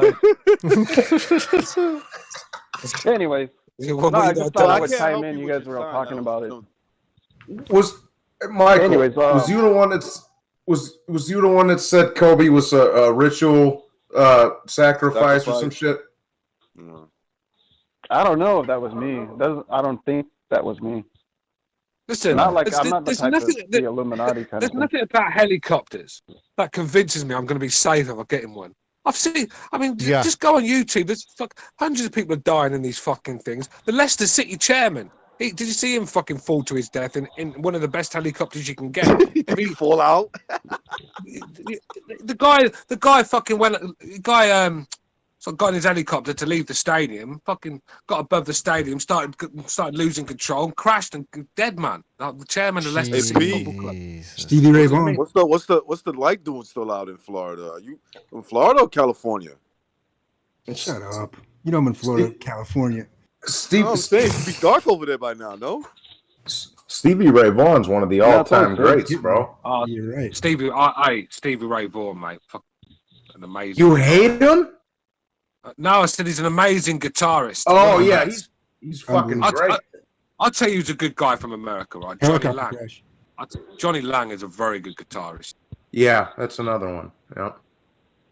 Helicopters are fucking difficult. I'm into my blues, innit? I like Buddy Guy and BB guys, King and all them. Let Michael say something. Go ahead, Michael.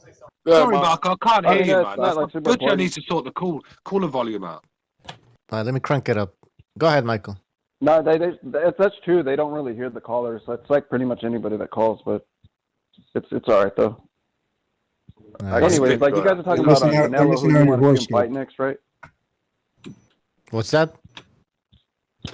You guys are talking about who you want to see Canelo fight next, or am I? No, not me. I don't give a shit, to be honest with you. People are talking about like, who's Canelo fighting? Like it's an important fucking date on their calendar. No, who gives a fuck, man? Who he fights? At the end of the day, it's going to be the same old thing. He's going to knock. I want to see him fight his brother. Huh? I want to see him fight his brother. What a disgrace to boxing his brother is. That piece of shit. That fucking son of a bitch. Yo, Michael Stott, who would you want in a World Boxing Super Series tournament? All the best got to fight top 6 guys or top 8 guys, whatever it is. What division? What division, Stott? No more horoscope shit. What division would you? Right now, shit. To be honest, I would rather see.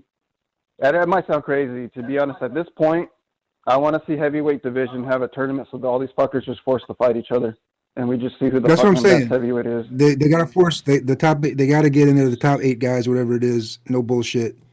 Heavyweight? You want heavyweight? That'd be a good one. Yeah. I don't think that's the best division, like the most talented, but that's the most ducked division, you know? Yeah, right. But the heavyweight division is the division you're just not going to be able to make. Money involved is ridiculous. Kalasaulan, that's true. He's not going to be able to fund that sort of. I mean, let's be real. Eddie Hearn kept them tournaments alive. Without Eddie Hearn, they'd have folded. He was struggling. Sky had to step in and take Josh Taylor v. Prograis. Sky had to rescue another one as well. I can't remember which one it was. It might have been Callum Smith, George Groves. So another one that they did was Baranchik, Taylor, and and Rodriguez. That's right. Taylor should have been fighting on Channel 5 instead. Sky got that, I believe, didn't they? Yep. And that's the thing, though. But like, also the Zone, it's Eddie Hearn pretty much. Like the Zone and Sky Sports say the World Boxing Super Series. Look, the only reason the World Boxing Super Series is still alive is because of Eddie Hearn, and that's the facts. That they were folding, they were going down, and Sky stepped in, and Eddie Hearn stepped in. Let's be real. Resurrected it again. People are interested again because that Josh Taylor Prograis fight of the year for me. So yeah, the fucked up Eddie thing. Hearn, The first year of it, they didn't get picked up. They didn't get a TV fucking contract. White Devil. That White Devil resurrected the World Boxing Super Series. Right. You got to give that white Luciferian some credit. Yeah, bro. Like I say, he's the one that whacked Malcolm X. He built the time machine, and Well, good for him. Yeah, but the damn shame of it is that that first season didn't get picked up in the States by any. They didn't get no TV contract over here. It's fucking ridiculous. I'm saying like it would have been good exposure. I don't know what the deal with Sky was stepping in, but to have to fucking watch that shit on YouTube is ridiculous. You can afford to pay the guy. Let's be real, right? To bring a Nui over, to I think it was Scotland. To bring a Nui over, that's a lot of money because that guy makes a lot of money in Japan. So that would have cost a fortune, and Daenerys as well, by the way. Didn't Daenerys fight over it? Yeah, Anui's going with Top Rank, yeah. Yeah, he's Who did Anui fight in the? He fought. Didn't he fight Rodriguez in the? Emmanuel Rodriguez in Scotland. Scotland, that's right. And Daenerys fought. He fought in the UK as well, didn't he? He fought. Who's the one who retired? What's his fucking name? Burnett. He fought Burnett, didn't he? Ryan Burnett, he fought. So, but Daenerys was already fighting over like here anyway, because he fought that Northern Ireland fight. You know what I mean, against Carlhampton. Yeah, true. That's true. But what do you mean it costs big money to bring him over? I mean, they sign up for a fee. That's it. I mean, no, they don't. They're still getting paid good money. You think? Yeah, they are. Well, no. Listen, do you think Prograis and Taylor just got a set fee for that fight? That's pay per view. They're getting a good percentage of that. Yeah. All that was promised was a minimum fee. All that was promised was a minimum fee, and Inui would have wanted a couple of million at least. That's money that he ain't got, especially when he's doing a promotion in Scotland for Inui. You know what I mean? So, yeah, I think Sky had to step in. DAZN had to spend a bit of that money, but like I said, it's for the future of boxing, and I'm glad he did do that. I got a question. Taylor looks like he's on far too much cocaine. I mean, he looks like he's got a real bad problem. I mean, this guy can barely fucking doing. Cocaine is a hell of a drug, man. It's rotting his brain, bro. It's starting to rot his brain. I mean, look, he's fucking wired, isn't he? He's like, you know, what I mean, he can barely say it. He's sweating. And he's wired. And he doesn't hide, but he's not hiding it anymore. He's not. Everyone knows that he's on the fucking gear. Who are we talking about, Stu? Callie Sauerland. Callie Sauerland, and this is the thing. When you're on cocaine, it's a known fact. Your business goes down with it. The amount of people I've known about your business. Look at this, guys. Look at the screen. He's like, fuck, I got drip running down my neck. Stuart. The guy, look at him. I mean, look, fucking that is Tony Montana about 10 minutes before he gets shot up. Yo, he's high, boy. He's fucking strung out. Look at him. He is proper strung out, man. Look at him. It's like, yo, there's no denying that shit right there. And he doesn't even deny it anyway. Somebody asked him on Twitter, Dillian White said, did you have a white Christmas or whatever? And he said, yeah, powder was flowing before the post on Instagram. Oh, he fucking, look, everyone knows he's on the gear, but like I said, mate, he's not functioning properly. And, you know... I wonder if he's dancing around in his bathrobe, listening to Jesse's Girl. He's got a little Chinese kid throwing firecrackers. Yeah, that's disgusting. That's the best movie scene of all time. That's one of the best. Sister Christian, yeah, and that fucking other song. Yeah, that's the best. It's a new. The problem with Sauerland, though. The problem with Sauerland, all them fucking German donkeys that he used to fucking promote are all retired. Abraham, Stieglitz. I don't even know who that guy is, though. Who is that? Is a promoter? Yeah. No, it's a fight. He organized. Callie Sauerland. Callie Sauerland, Pete, is the person who's responsible for the World Boxing Super Series. Oh, I thought that was Schaefer. Yeah, I mean, Schaefer's all his fighters are retired, didn't they? Fucking Bramer, you got Marco Huck, all them guys. He's got no one left no more. So okay, but blow aside, I mean, he can ski all he wants, but that first season was great. That U6. Yeah, it was. It was good. So let him keep sporting. He couldn't. The thing is, he couldn't afford to keep it going because I said. I think what happened there, Pete, he got a little bit of money and just went fucking crazy, you know. Yeah. Let him keep he was already strung out, man. He was already strung out before the World Boxing. He went from mate. Hey guys. He went from asking. He went from buying eight that's balls. Hey, listen, that's some fucking good. Guys, that's some good gear he's getting as well. That's some good gear because I know a little bit about that stuff, and I fucking know that stuff is definitely some strong stuff. I mean, he's got. Hey guys. I bet you. Hey, Bucho's trying. Started buying keys for himself, not like that's probably why he came from the Taylor fight. We got a phone call here. It's Gail. Gail. Get on with it, Gail Sunderland's calling. Gail, are you there? Okay. What? Oh.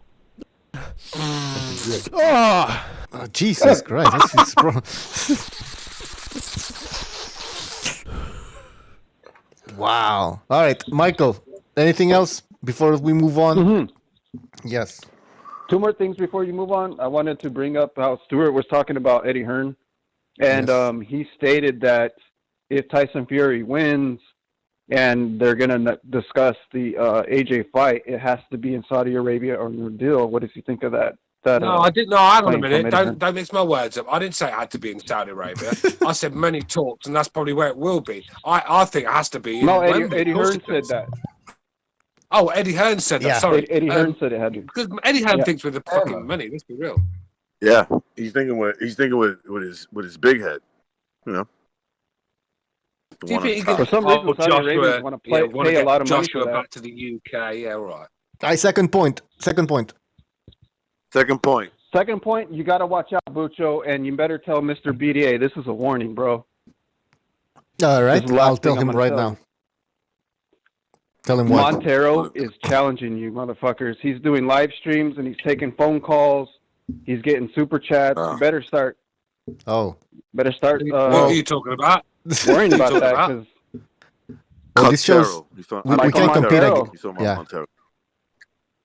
They're talking Doing about that live phone failed calls, fucking actor from Days of Our Lives who the talks super about chat. boxing and doesn't know his arm from his leg. Can't stand that absolute waste of time. Anytime I hear him open his mouth, I'm like, you've only started watching boxing 6 months ago. Shut up and pipe down. All right, there you go, Bucho. There's your warning. Yeah, sure. Well, we'll keep an eye on Montero, of course. I forgot to press mute. Sorry. Yeah, you better. Yeah, you better. Little bachata. All right. Who's wanking on the desk? Who's Yeah. wanking on the That's a desk? razor blade. That's a razor Someone's blade. chopping up a fucking line. That was my wang. cocaine. That was my wang making that noise. Doing some lines. Back up, sorry. All right, we got another phone call. Rouse, man. This guy's put up the rouse. Yeah. That's absolutely disgusting, man. That's everybody- pure squeege. Quiet. Everybody take it easy. Quiet. Calm down. Come on. Wait. 585. You're on the air. 585. Oh, Jesus. How you doing, Mr. Bucho? This is Ben. What's up, Vince? What's Yes. on your mind? Thought it was Hancho. How can I help you today? Yes, guys. I'm very excited. This Saturday, your Denny's Old Guys versus Mike Dallas Jr. should be an explosive fight. I can't wait for that. Nobody gives a fuck about Definitely it. have my DVR set for that one, Mr. Bucho. Vince, you got braces, man? You got something in your mouth? Or what's going on? Hey, Vinny. Cack. Vinny, I'm gonna be. Oh, I'm gonna What's be, your name, I'm gonna be sir? able to watch Is it- that. Matrix. Recognizing Matrix. Recognize the Greek. Mr. Neo. Recognize the Greek. I would say unrecognizable, and also to Mr. Johnny Wilder, Boy, ready. your new name is Mr. Johnny Tapia, due to the fact your recent comments towards Kobe was unacceptable, so I had to hang up the phone. My also, recent comments on what? My recent comments on what? Hey, Vinny, you must have a very good view on that high ground Kobe you're standing Bryant? on. Let him talk. Oh, let on him Kobe Bryant. Well, check this out, man. Last I heard, he was splattered all over the fucking pavement. So what do you want from me? Oh, fuck. Yeah. God, why? It's not even true, man. He's in Cuba Why? with Tupac. He's with Tupac. Yeah. He's in Cuba with Tupac. Yes, Johnny Tapia, you're just digging yourself a hole, sir. But onto other Well, I'll topics, throw you in that hole. How about that? I think that I'll throw you in that fucking hole. Mr. Johnny Tapia, Mr. Johnny Tapia, I would like You to know, talk you about call, it. you know, calling me Johnny Tappy is a compliment because we grew up similar. Right? Oh, guys. Hey, Hey, Vinny, guys, I'm falling how about asleep. What do you have to Triple say? L versus Marvelous Marvin Hagler? I have Hagler by knockout. What do you guys think about that? Great. Who cares? Yeah. Hagler versus who? Triple G. Triple L. I say that it's a good fight. Nobody gets knocked out, but that's just my opinion. All right. Hey, Vinny, Listen. go fuck yourself. Bye. No, but to be fair to Vinny, that is a topic I'd love to do on this show. Mr. Recognize? Yes. I'm gonna help you. Yes, Stuart Little, go ahead and you can rebuttal if you want. Thank you. I was just saying that to be fair to Vinny, that is a topic that I would like to do on this show, but it'd get very heated. There's no doubt about that. It'll be a great topic. I love that topic. I love that topic. I love that topic. I think that's a topic. Yeah, and I think it's a topic we should do soon. I mean, let's be real. We're not exactly reeling off the topics at the moment, are we? Nah. You know, there's not a lot to talk about. I think it's a good. You brought up a good topic.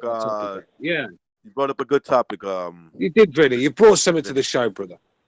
Have a well, thank you guys. I really appreciate that. Also, another topic. I heard rumors of McGregor and Mr. Terrence Crawford. I've never been so bored. I would definitely buy that as well, guys. I think that's an excellent fight, especially the way McGregor dismantled your boy, Mr. Cowboy there, Cerrone. Who's bottom? Who's McGregor. Boy. Look, can I say to the panel real quick that Vinny's comedic energy has run its course. He's just the same as like a Michael Stott or any other regular. Whoa. He's like a Michael Stott or a Jackson. You know, these guys are not coming with the fucking jokes, but they're good callers. No, I'm going to say this right now. You have more respect for Vinny Mac. He was the caller of the year for BDA. Yeah, you better show some respect on. Flash in the fucking pan halfway through the year. He's all done. Head honcho's reign is going from January 2020 to December 2020. Vinny's calling January 4th. Hey, Vinny's carrying that fucking BDA belt around like Jake Paul, isn't he? Everywhere he goes, got that BDA. Hey, it takes a lot of work. He's carrying that IBO. Yes, guys. I plan to be a 2-time caller of the year. Thank you. It's not gonna happen. Not gonna happen. And congratulations on your victory, Vinny. I didn't get to say that to you, but congratulations. Go fuck yourself. Yeah, when I see champions, you know, when I see Vinny, thank you very much, Vinny guys. champion. Vinny, my advice to you, Vinny, don't call in for like another month, man. Because how can we miss you if you won't go away? You know, take a break. Come back with some jokes. Because now it's Mister. Is this plugging Mr. Leave Vinny alone, man. Leave Vinny alone, man. He's the coronavirus of BDA. He comes along out of nowhere and he rips everybody apart. Huh? Where's Honcho at? Where's my man at? Did he call? I was in the shower. But I want to hear from Vinny. Vinny, what do you got to say before you hang up on you? Kobe's dead. Yes, guys. Please don't hang up on me, by the way. I would just like to say, all my fans out there, just keep voting for me, and I will keep delivering content for you guys. Also, do not miss this weekend's fights only on Showtime, guys. Thank you. Hey, Vinny. Delivering content. I'm sorry to hear about Kobe, Vinny. I really am. He's splattered. It's becoming pathetic. You getting your wallet ready? You getting that wallet ready? Like I told you? Get that wallet out. Just make sure you have your money ready. Recognize, I think you're going to end up broke after this fight, the 22nd of February. Thank you. Oh. Okay. Hey, Vinny, I don't think you're going to go somewhere. I don't think you're going to reign, Vinny. I don't think you're going to reign that with that. Kobe died. You're going to lose that belt. Sorry. I do have a question for Vinny. I want to know how long he's had that head cold for. Mr. Pawn. Yeah, that's this isn't a poll, but I'm sure most of you guys will be on Suicide Watch. Suicide Watch on the 22nd of February, including you, Mr. Lucho. I know you make these anti-Wilder videos, but it's okay. I'm still your friend. I'm digging a hole and I'm on Suicide Watch, but I said you're going in the hole, not me. I got the lime already for you, Vinny. Ain't nobody here gonna die because of a boxing match. You're terrible. Bye. All right, Vinny. Thanks for the phone call. Thank you very much. You have a good night, Vinny. Enjoy those Pepsis. All right. Take care. Don't drink too much Pepsi, all right? All right, I just want to. Vinny's not going to hold that fucking belt. Vinny ain't holding that belt. If Vinny's going to lose that belt, it's going to be like J Rock, one defense. That's what it is. His first defense, he's getting knocked out. That's what it is, man. Flash in a pan. He's sounding pathetic toward the end of that call. Don't hang up, guys. Enough. Honcho's going to take it this year. It's the retainer. I think it's the retainer. I like Vinny. Honcho's going to take it. Who else can I tell to go fuck themselves? He's perfect. Everybody. All right, guys, let me perfect. just. Like, he's just like. Yeah, come on. Recognize in New York, isn't that like a greeting and a goodbye? Go fuck yourself. Well, I always talk to that's how I always leave every meeting. All right, guys. No, that's just you, Revolution. They do that too. Okay, yeah. They don't like the Connecticut cats. All right. I'm an out-of-town cat. I just want to thank Durden Boxing, Michael Stott, for his contribution. He says Revolution wasn't saying that last night. Smack. So he's smacking you, man. Hey, Michael. I'm starting to get worried about Michael. I'm starting to get worried about him. Is he a born? I think he's a born. Starting, or I've been worried about him. Been worried about Michael Stott. Recognise. I honestly believe he's a born again homosexual. Have you noticed where he said he's a virgin? Oh, come on. No, he said he's a virgin now, right? And then he's talking about. Then he's ringing up saying about how great Ryan Garcia is. Then it's just. Just like the very first time.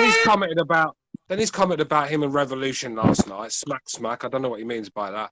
I don't know. I'm scared. I'm worried. Yeah, I mean, like I said, is Michael spill the beans, Michael? Are you a reborn homosexual? Are you a born again homosexual? Listen, mate. Listen, it's as simple as this. He wants to know, are you a puff? Let him know. Are you he was Muslim, and if he stopped being Muslim, and this is what he's gonna get, I'd rather him go back to the faith of Islam.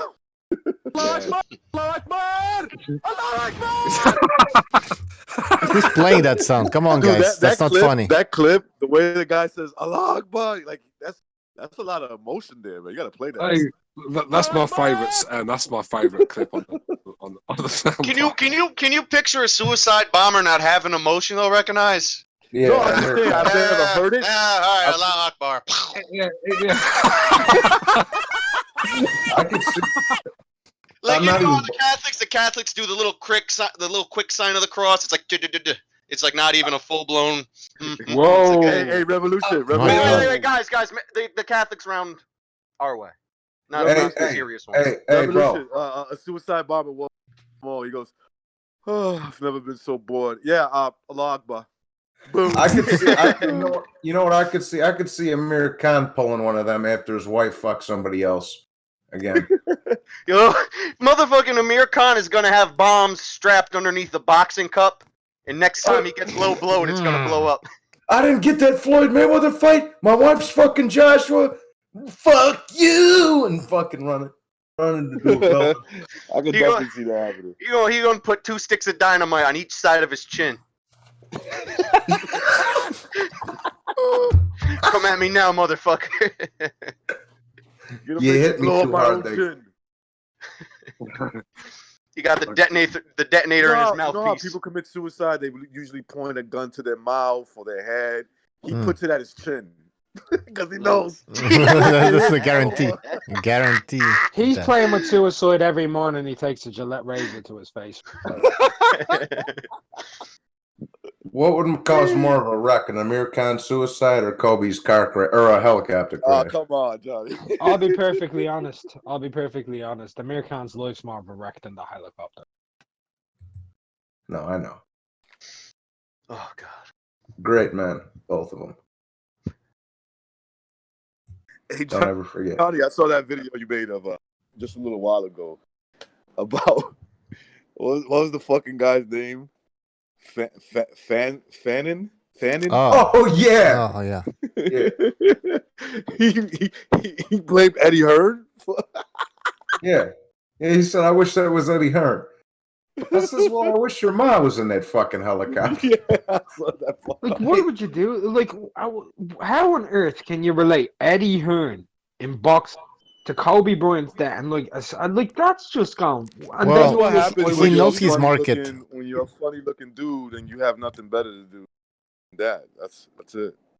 Yo, bro. Yo, I never knew what he looked like, Johnny. He looks like fucking Mr. Potato Head with no eyebrows. Yeah, he's a funny looking motherfucker, boy. He is a funny looking motherfucker, bro. He is. Like I say, I was trying to listen to you talk, but I couldn't understand you because you were gargling on all that Wilder cum, bro. I couldn't understand it. Yeah, that's pretty fucked up when you think about that Kobe situation. I know Johnny likes to say it, but deep down, he must admit it's pretty fucked up.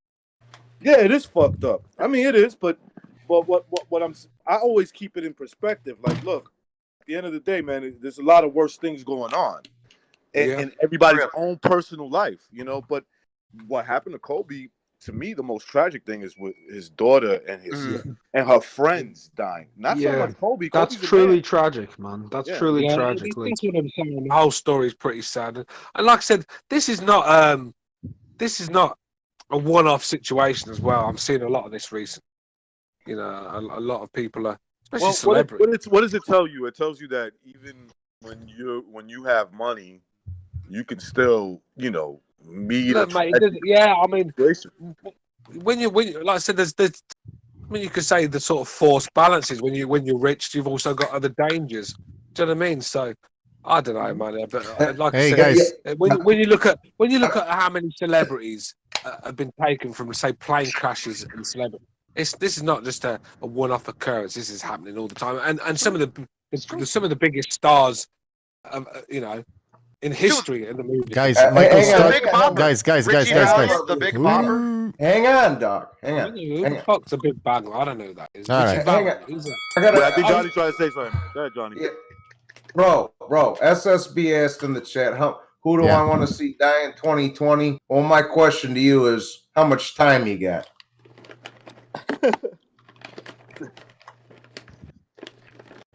I don't want to see nobody die. I don't care. I don't wish nobody dead. But that's why Floyd, if you notice, when he takes the chopper anywhere, he always flies with Ellerby with them fucking parachute. If I go, you go with me. I'm not gonna wish nobody, but I can dream, can I? He bring Ellaby on the fucking plane with him because he got 2 jet turbines in that nose. He got 2 parachutes. He could keep that thing propulsed with just exhaling. Blue Bloods was on there. He's got an offshore jetpack. I wish Eddie Hearn would have been in there. What the Blue Bloods was on there too. He used his ears for parachutes. That Mr. Spock looking motherfucker. These people are creative, though. I mean, to tie in the death of Kobe Bryant to Eddie Hearn, that's pretty impressive. I have to say. It's not. It's just saying. Boxing? It's not impressive. You can tie anything into anything. Right, I could turn around and I could do the same thing. Oh, I wish it was Al Heyman who died in that, or I wish it was Floyd who died. Like, it's simple enough. Deontay Wilder that died. I mean, I could just say that. Well, at least it didn't make it racial. Like, this wouldn't have happened to a white. It's racial. Yeah. You're replacing one black guy with another, so it's racist. Yeah. Right. You got to switch Kobe to a white guy. All right, I wish it was Caleb Plant. Well, is he actually white? Bitch. All right. Some people say he's not white. Right. He's like Eminem. He's like Eminem. No, Truax. Caleb Truax. He's like Eminem. They're as white as they get. Benavides would fucking fuck him up. Caleb Plant. All right, people. The phone lines are open. Call in. Oh, actually, they're ending. Where they at? No one's gonna fucking call in soon. The way we roast the callers, man. I know. I gotta chill with Vinnie Mac. He's a good guy. Hey, Vinnie Mac. I like Vinnie. You gotta do a better job here. You're a class act. You're a classy act. Recognize is gonna get some fucking hood rat throw him at him, and he's gonna be like, "Ew, no." Mrs. Hoodrat, will you please back away from me? You, Miss Hoodrat, I don't do stuff like that. Yeah. I don't know who you think I am. But That's very assumptuous of you, Mr. Johnny Tapia. Watch if any looks like Ving Rhames or some shit. Who's the guy that plays Green I just gotta say that Mr. Wilder is the hardest punching boxer to ever live. I said, Vinny, take your retainer out before you call in. He goes, "Who said that? What's your name?"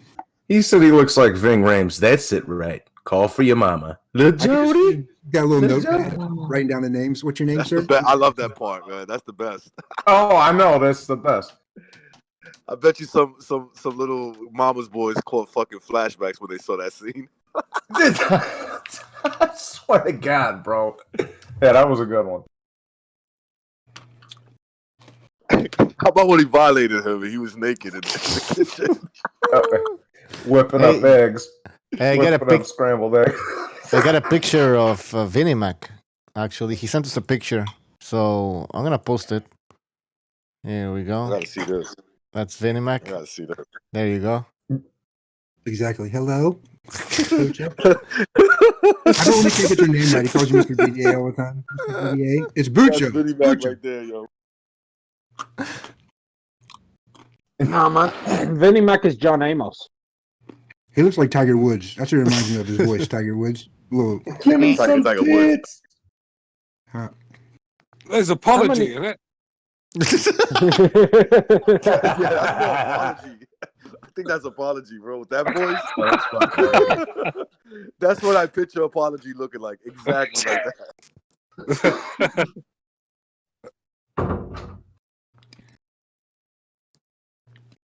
I'm at the gym. Nah, Vinny's John Amos from Coming to America. You know, I'm at the gym. I'm working on my biceps right now. I'm trying not to get. I'm trying to not look at the girls at the gym because I'm a MGTOW. So no pussy for me. All these girls are jumping on me, but I gotta control myself. Listen, you'd be surprised how fast he'll jump ship from MGTOwn. Oh yeah, little cuties out there. Yeah, some pussy getting the picture. Oh boy. Forget it. It's out of here. Bye bye. I bet he's got secret cameras all on the equipment, isn't he? When she's running, he's got a little camera underneath her crutch and stuff. Yo, to be fair to the fucking MGTOW shit, if you're a dude who just lets women walk all over you and shit, and like girls are just fucking with your head, going MGTOW is not a bad thing. It's a little transition. You know, you could take that time off, learn some things, get back in the game, man. It's better than just being. Look, I don't. No, I disagree. I don't even know. Let's be real, right? This is how it is, right? If you're a happy person in life, and you know you're smiling, you get up, and you're happy to be alive, and if you want to lose all them feelings, then meet a girl. She'll take that away from you in a heartbeat. She'll make it miserable. She'll sap the life out of you. Like I said on the show before, you know, when vampires don't get blood, they start to deteriorate. That's what a woman does to you. So if you want all that, then yeah. But like I said, the thing is, going MGTOW's a bit too far to the left. If you ask me, I don't even understand what it is. They don't have no contact with women. No contact with women. It's over. Every man, you know, like I said, I don't like women, but I still like to fuck them, sort of thing. Do you know what I mean? Yeah, so that's the idea of it. No, them. It's you no longer MGTOW. They don't even do that. They don't even sleep. Like that Travis guy who came on. He was talking about he hadn't had sex for 3 years. I'd be walking around like fucking more than busted 3. Go now if that was me, man. He said 15 years. Stu, remember he said 15 years.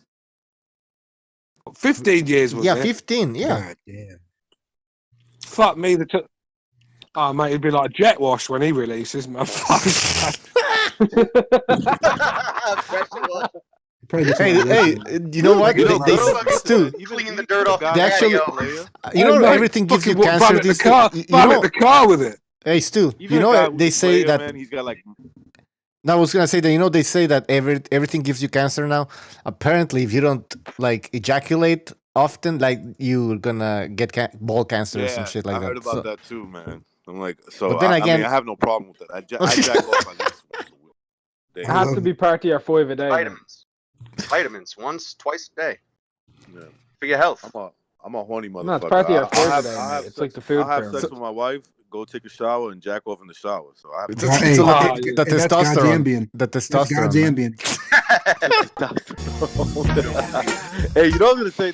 I was gonna say this. So I got a friend, man. He's 35 years old. He's making good money. He dates a bunch of girls. So I was talking to him, and he looked stressed. I was like, "Hey, what's going on?" He's like, "This fucking bitch that I'm dealing with." And I'm like, "Okay, that's kind of weird. Like, you like her or something?" He goes, "Yeah, I kind of do. Like, this one." He's, mind you, this is a guy he's dating at least like 3 girls. He's always like got at least 2 other girls he can just call, and they're booty call.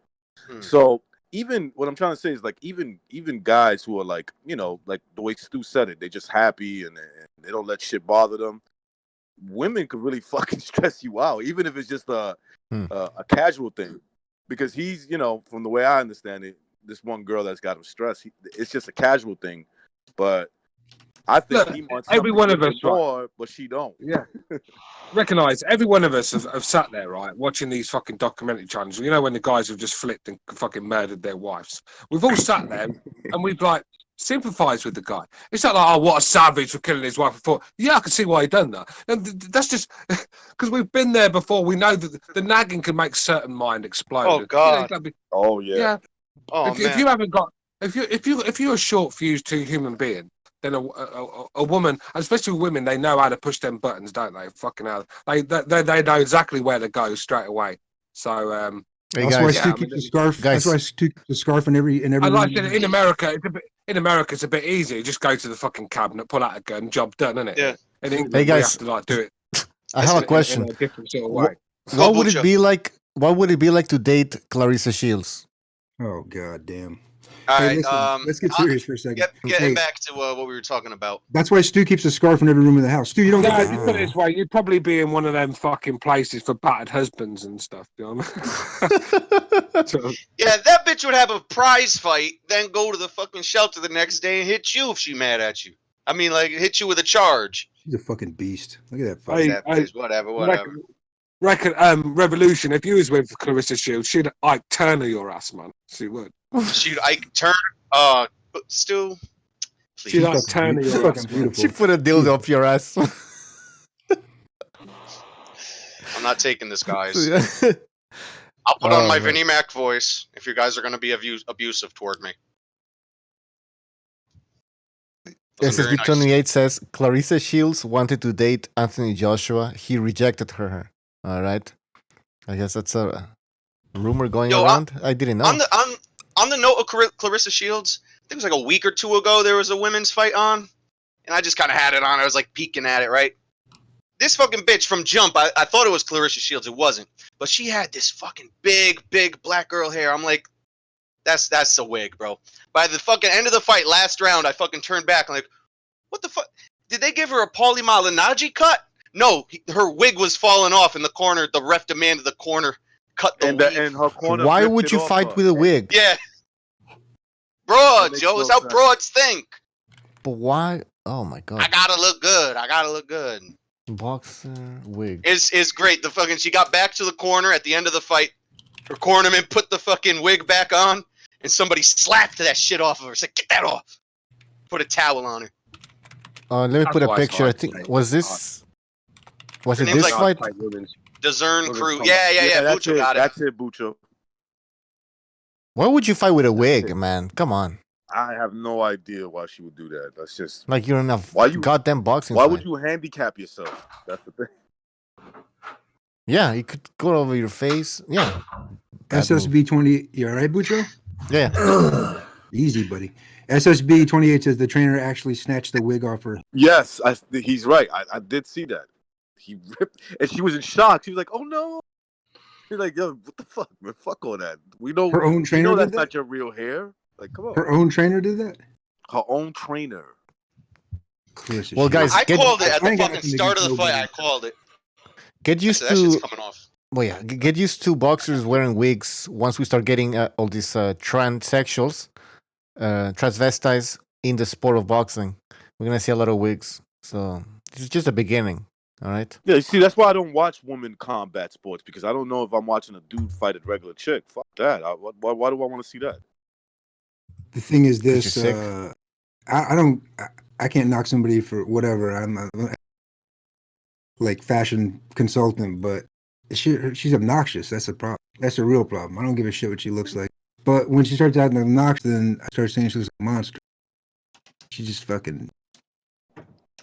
Well, listen, most people, most human beings make themselves real ugly by the words that come out of their fucking mouth. Right. That like you could look at someone. I mean, I think I've told you guys, man. I've met chicks that weren't that great looking, but when they talk, man, it was like, oh, she's a nice chick. You know what I'm saying? Hell yeah. She's the opposite. Like, she makes you not feel bad about calling her a beast and a fucking monster. And she just, that's what Espinosa's spending his money. That's ridiculous. We can't get a goddamn Showtime card worth of shit because we got this fucking thing in there. Main event. No, sir. I don't like it. Yeah, main event. Oh boy. Hey, let me ask you guys a question. This Wilder fight's the 22nd of February, correct? Yes, sir. Yep. They should start upping the fucking boxing schedule right now, man. Like, no sports. We got the Super Bowl next weekend and this weekend here, and then it's going to be like a it's going to be a dead February until that fight comes up. Yep. If all these guys would fight 3 times a year, they don't have the top 10. But if they all fight 3 times, it just fight like Golovkin approached it right with the 4 times a year and the 3 times a year. Yeah, but he can't even do that now. Well, now. But I'm saying when he came on the scene, it was 4 times a year till his dad passed away. Whatever, went to not all top. I wonder if that had something to do with it. Huh? I wonder if that has something to do. Well, yeah, he took and he's getting on in this that too. But shit, man. Golovkin started getting old in 2017, really, if you think about it. Yeah. Almost 3 years ago. He's still good enough to beat these guys, but it's just that he's not the machine that he was. And let's be honest, the competition always does that. When you fight other top fighters, they're not there to die. You know what I'm saying? They're there to try to win that fight. After Canelo won, I seen a turn down a little bit, Wait, was Canelo won before or after Jacobs? No, that was right after Jacobs. He fights Jacobs somewhere in March of 2017. Then September of that year. What, back to back? Yeah. Back to back. He's a G, bro. I don't give a fuck. That's badass. That's two big fights right there. Right? That's 2 big fights. That's what I always say, man. I know people call me crazy, and that's fine, but I have no problem with him. Fight of the decade. Go look at what he did. Yeah, you know what? You're right. Gonzalo had that shit right, dude. Yeah, he was right. I felt embarrassed that he said what I wanted to say, basically. That whole Jacobs card was fire because you had Chocolatito Rungvisai on the undercard too. That's right. That was on the same night, right, Johnny? Yeah, it was on the same card, bro. Shit, that's dope. That's the second time they did that at the Garden too. Chocolatito and what's his name? Triple G. Yeah, they had Chocolatito on Triple G. So I gotta say this, man. That night that I went to watch, I went to the Garden to watch Triple G and Lemieux and Chocolatito against Valoria. I gotta say, man, those were the 2 best performances I've ever seen live. What they did, what Chocolatito did, and what Gennady Golovkin did in that night, I thought that was just like amazing boxing, seeing that shit up close, man. Yeah, it's dope. You remember the first? Well, for me, I know Mark seen the guy when he was fucking a toddler, but the first time I seen Triple G fight against Proska, I was like, holy shit, this guy's a fucking like a Terminator, man. Like, he didn't even get like. Yeah, but Proska was fucking useless. Who did he fight? Who did he fight? Who did he fight? Who did he fight? Oh, who did he fight? Proska. No, I'm joking. Who did he fight? Proska got beat by or he went life and death with some British guy. I remember it. I remember watching the fight. Who was it? I went life and death with this British guy, this fucking British level guy. So Proska was never any good. Oh, I hear that, Stu. I'm just saying that was the first time I saw him fight on States TV, on the US TV. Yeah, I remember it. Me too. Hey guys, this comment is very interesting. Let me just read it. Un momento. Mike P says, if boxing paid less, there would be what? There would have been more entertaining fights and more legacy after having money that got. Oh, it's true though. Basically, they're being overpaid. They're being overpaid. Yeah. A lot of these would still fight if you offered them half the money. If there was like a cap, right, on what fights good, they'd still do it. Anyway, what else is Tank Davis going to do? Let's be real. What else is Adrian Broner going to do? Wow. Do you know what I mean? So a lot of these guys, that's all they know what to do. And let's be real, even if you paid some of these guys $500,000, where else are you going to earn that? Unless you're The in thing fucking, is, I'm saying that market got Wall Street or something like that. got artificially inflated by Haman. Absolutely. Yeah. It's a bubble. It's gonna burst. The economy's It gonna really go is. down. It's any other market, man. It's whatever the market's bringing. But when you're flooding it, like he's basically paying them to sit out. I mean, let's be real.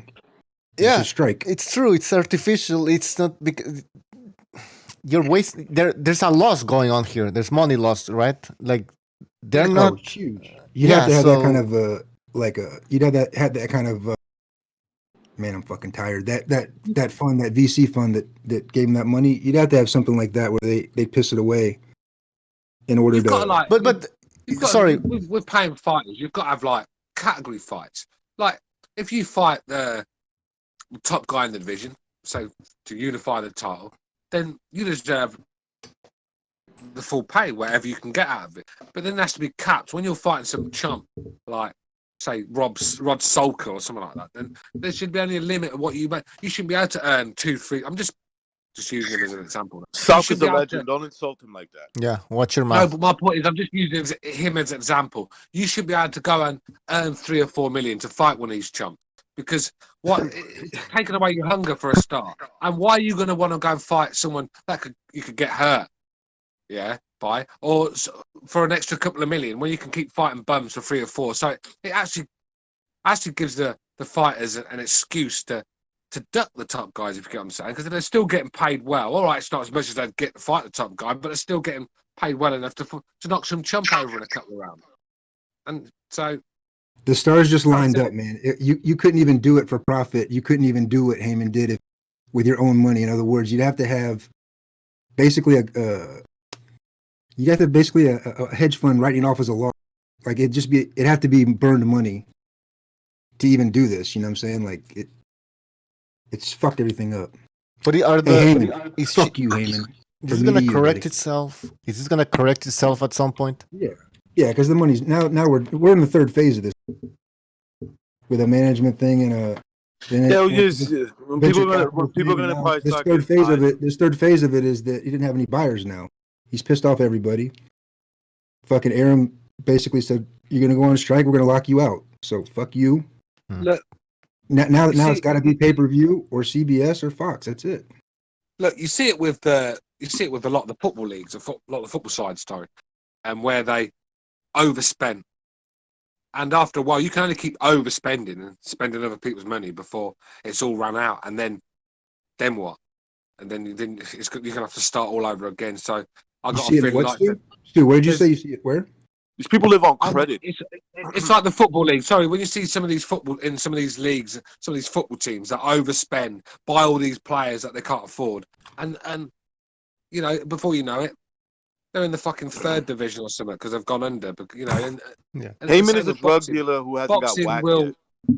Boxing for a while, boxing's gonna have a bit of money, so boxing's gonna be okay for a while. But there's gonna be a time when. Hey, Stu. When these guys are getting nothing in return that are doing the funding, it's going to stop. And when that stops, that's when. Stu, Heyman hasn't gotten whacked yet. He's a drug dealer that hasn't gotten whacked yet. He's one of those guys that keep asking for, upfront. No, but fucking out. I mean, let's be real. They're not going to keep giving. He's not coming with no fucking money back. He's trying to organize. He's trying to fucking start a boxing union and take them on strike. That's what he's trying to do. Hold it ransom. And make money while he's doing it. So, listen, fuck him. And that ship has sailed. That was the second phase of this thing. Now that money's gone. There is no more TV. Yeah, but the owner got a few quid. Now. You understand? The owner got a few quid. That's what I'm saying. So it's going to be around for a while. But how long can boxing sustain paying Anthony Joshua 80 million and Saudis Canelo a lot of fucking money. Canelo 35 million to fight Rocky Fielding? How long can boxing sustain that? It's one fighter, though, Stu. It's one superstar. Yeah, what I'm saying is I just use them as an example. Haman's got this. Haman's got a fucking group. That's the problem. Yeah, but what I'm saying is most fighters are overpaid. Let's be real. I mean, fucking hell, them PBC guys, they're getting far more than they should. That's what I'm saying. That's not the market. That's not a fair market right there. Deciding that fee. That's a fucking exception that's fucking things up right now. But it these footballers and shit, Stu, these footballers that get affects paid. the whole market, though, Pete. Because, What's like that? I said, it affects the whole market. Because when Eddie Hearn's trying to make these fights, these guys are not wanting to fight because they're asking for stupid money. So it affects But you the can't market. go on strike with fucking. If you got 50 guys on the job, you can't go on strike with 10 of them. I mean, you gotta have fucking 40 of them. You know, in other words, Yeah, he's but doing who's gotta going on have at strike? least 40, yeah. Who's I'm going on saying strike? Al he's Heyman got a majority of the fucking fighters. going on strike. There's no fucking Jimmy Hoffa shit going on. It's fucking. That's exactly what it is. They're being the paid. only people that would They're being support paid to that fucking strike. are the diehard. The only people that would support that are the diehard PBC Al Heyman fans. That's all. That's all who. Yeah, they're fucked up too. Yeah, they're not real boxing fans, man. These are jokes, man. I mean, listen. I know people sometimes say, "Man, Johnny Boy, chill."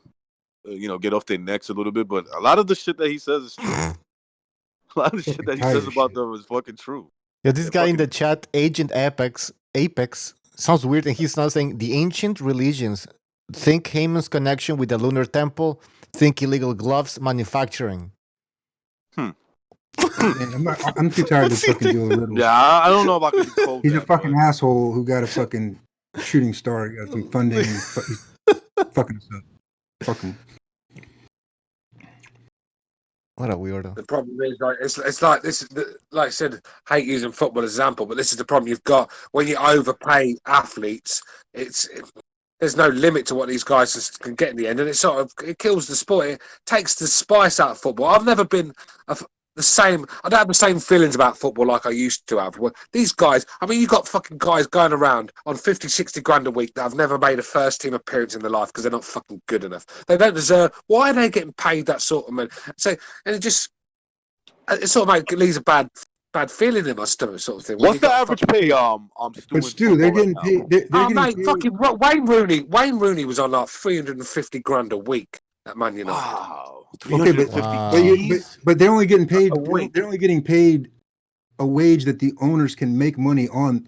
That's for profit. They're getting paid a ton of money. I get it, but no. But what I'm saying is, what's two soccer but the thing is, it's like a ripple effect. It affects everyone else. When a fucking guy, Wayne Rooney, who was well past his best, by the way, shadow of the guy, when he's signing contracts of 350 grand a week and basically going missing in games and collecting his, let's be real, he did do some good things here and there, but 350 grand a week. And it's when them guys, you get the guys that are playing well, top of their game, they're wanting that then. So all the top players from all the other clubs, they're holding their clubs to ransom.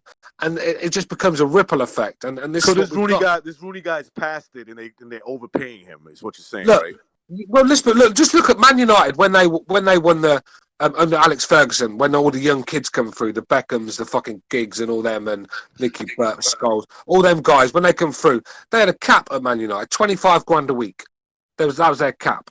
They couldn't earn more than 20. They were fucking winning everything. One of the best teams in Europe. Brilliant footballers. They were hungry still. Now look at you got fucking guys at Man United on. Look at Pogba. The guy's on about 300 grand a week. He's a fucking disgrace to the game of football. He wants to leave. You know what I mean? So yeah, I understand what you're saying too. We got just lose. It's like boxing as well. When you overpay people, they lose their hunger. They lose their. I mean, they lose their appetite and will and desire to go on and be a better athlete. They don't need to anymore. That's my point. Yeah, I hear you. You're right. I hear you. They're going to get paid what they're going to get paid. If this bum's getting paid, I don't know who any of these guys. If he's getting paid 350, they're making a fucking million on him.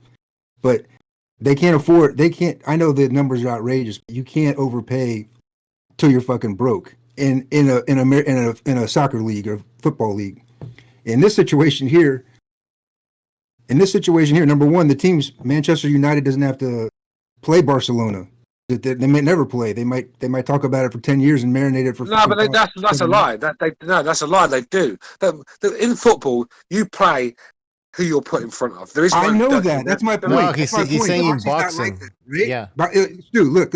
That's my point. Is that boxing's not like that. So they're forced to play each other every season. The owners are unionized, and they get to, but they got to play each other. They can't.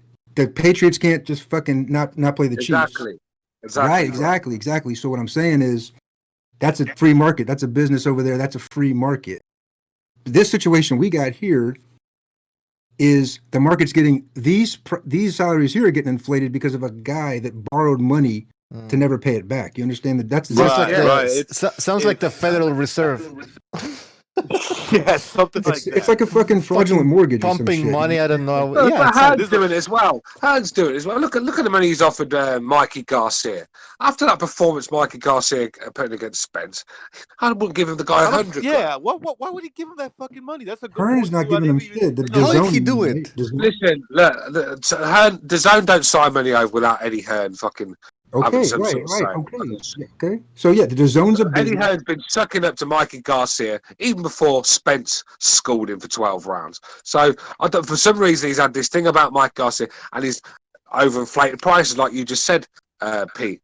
And it's a ripple effect, and then it becomes, and now all of a sudden Mikey's demanding big fees after putting the stinking performance in against. Hearn's got a plan with that. Hearn's got a plan with that.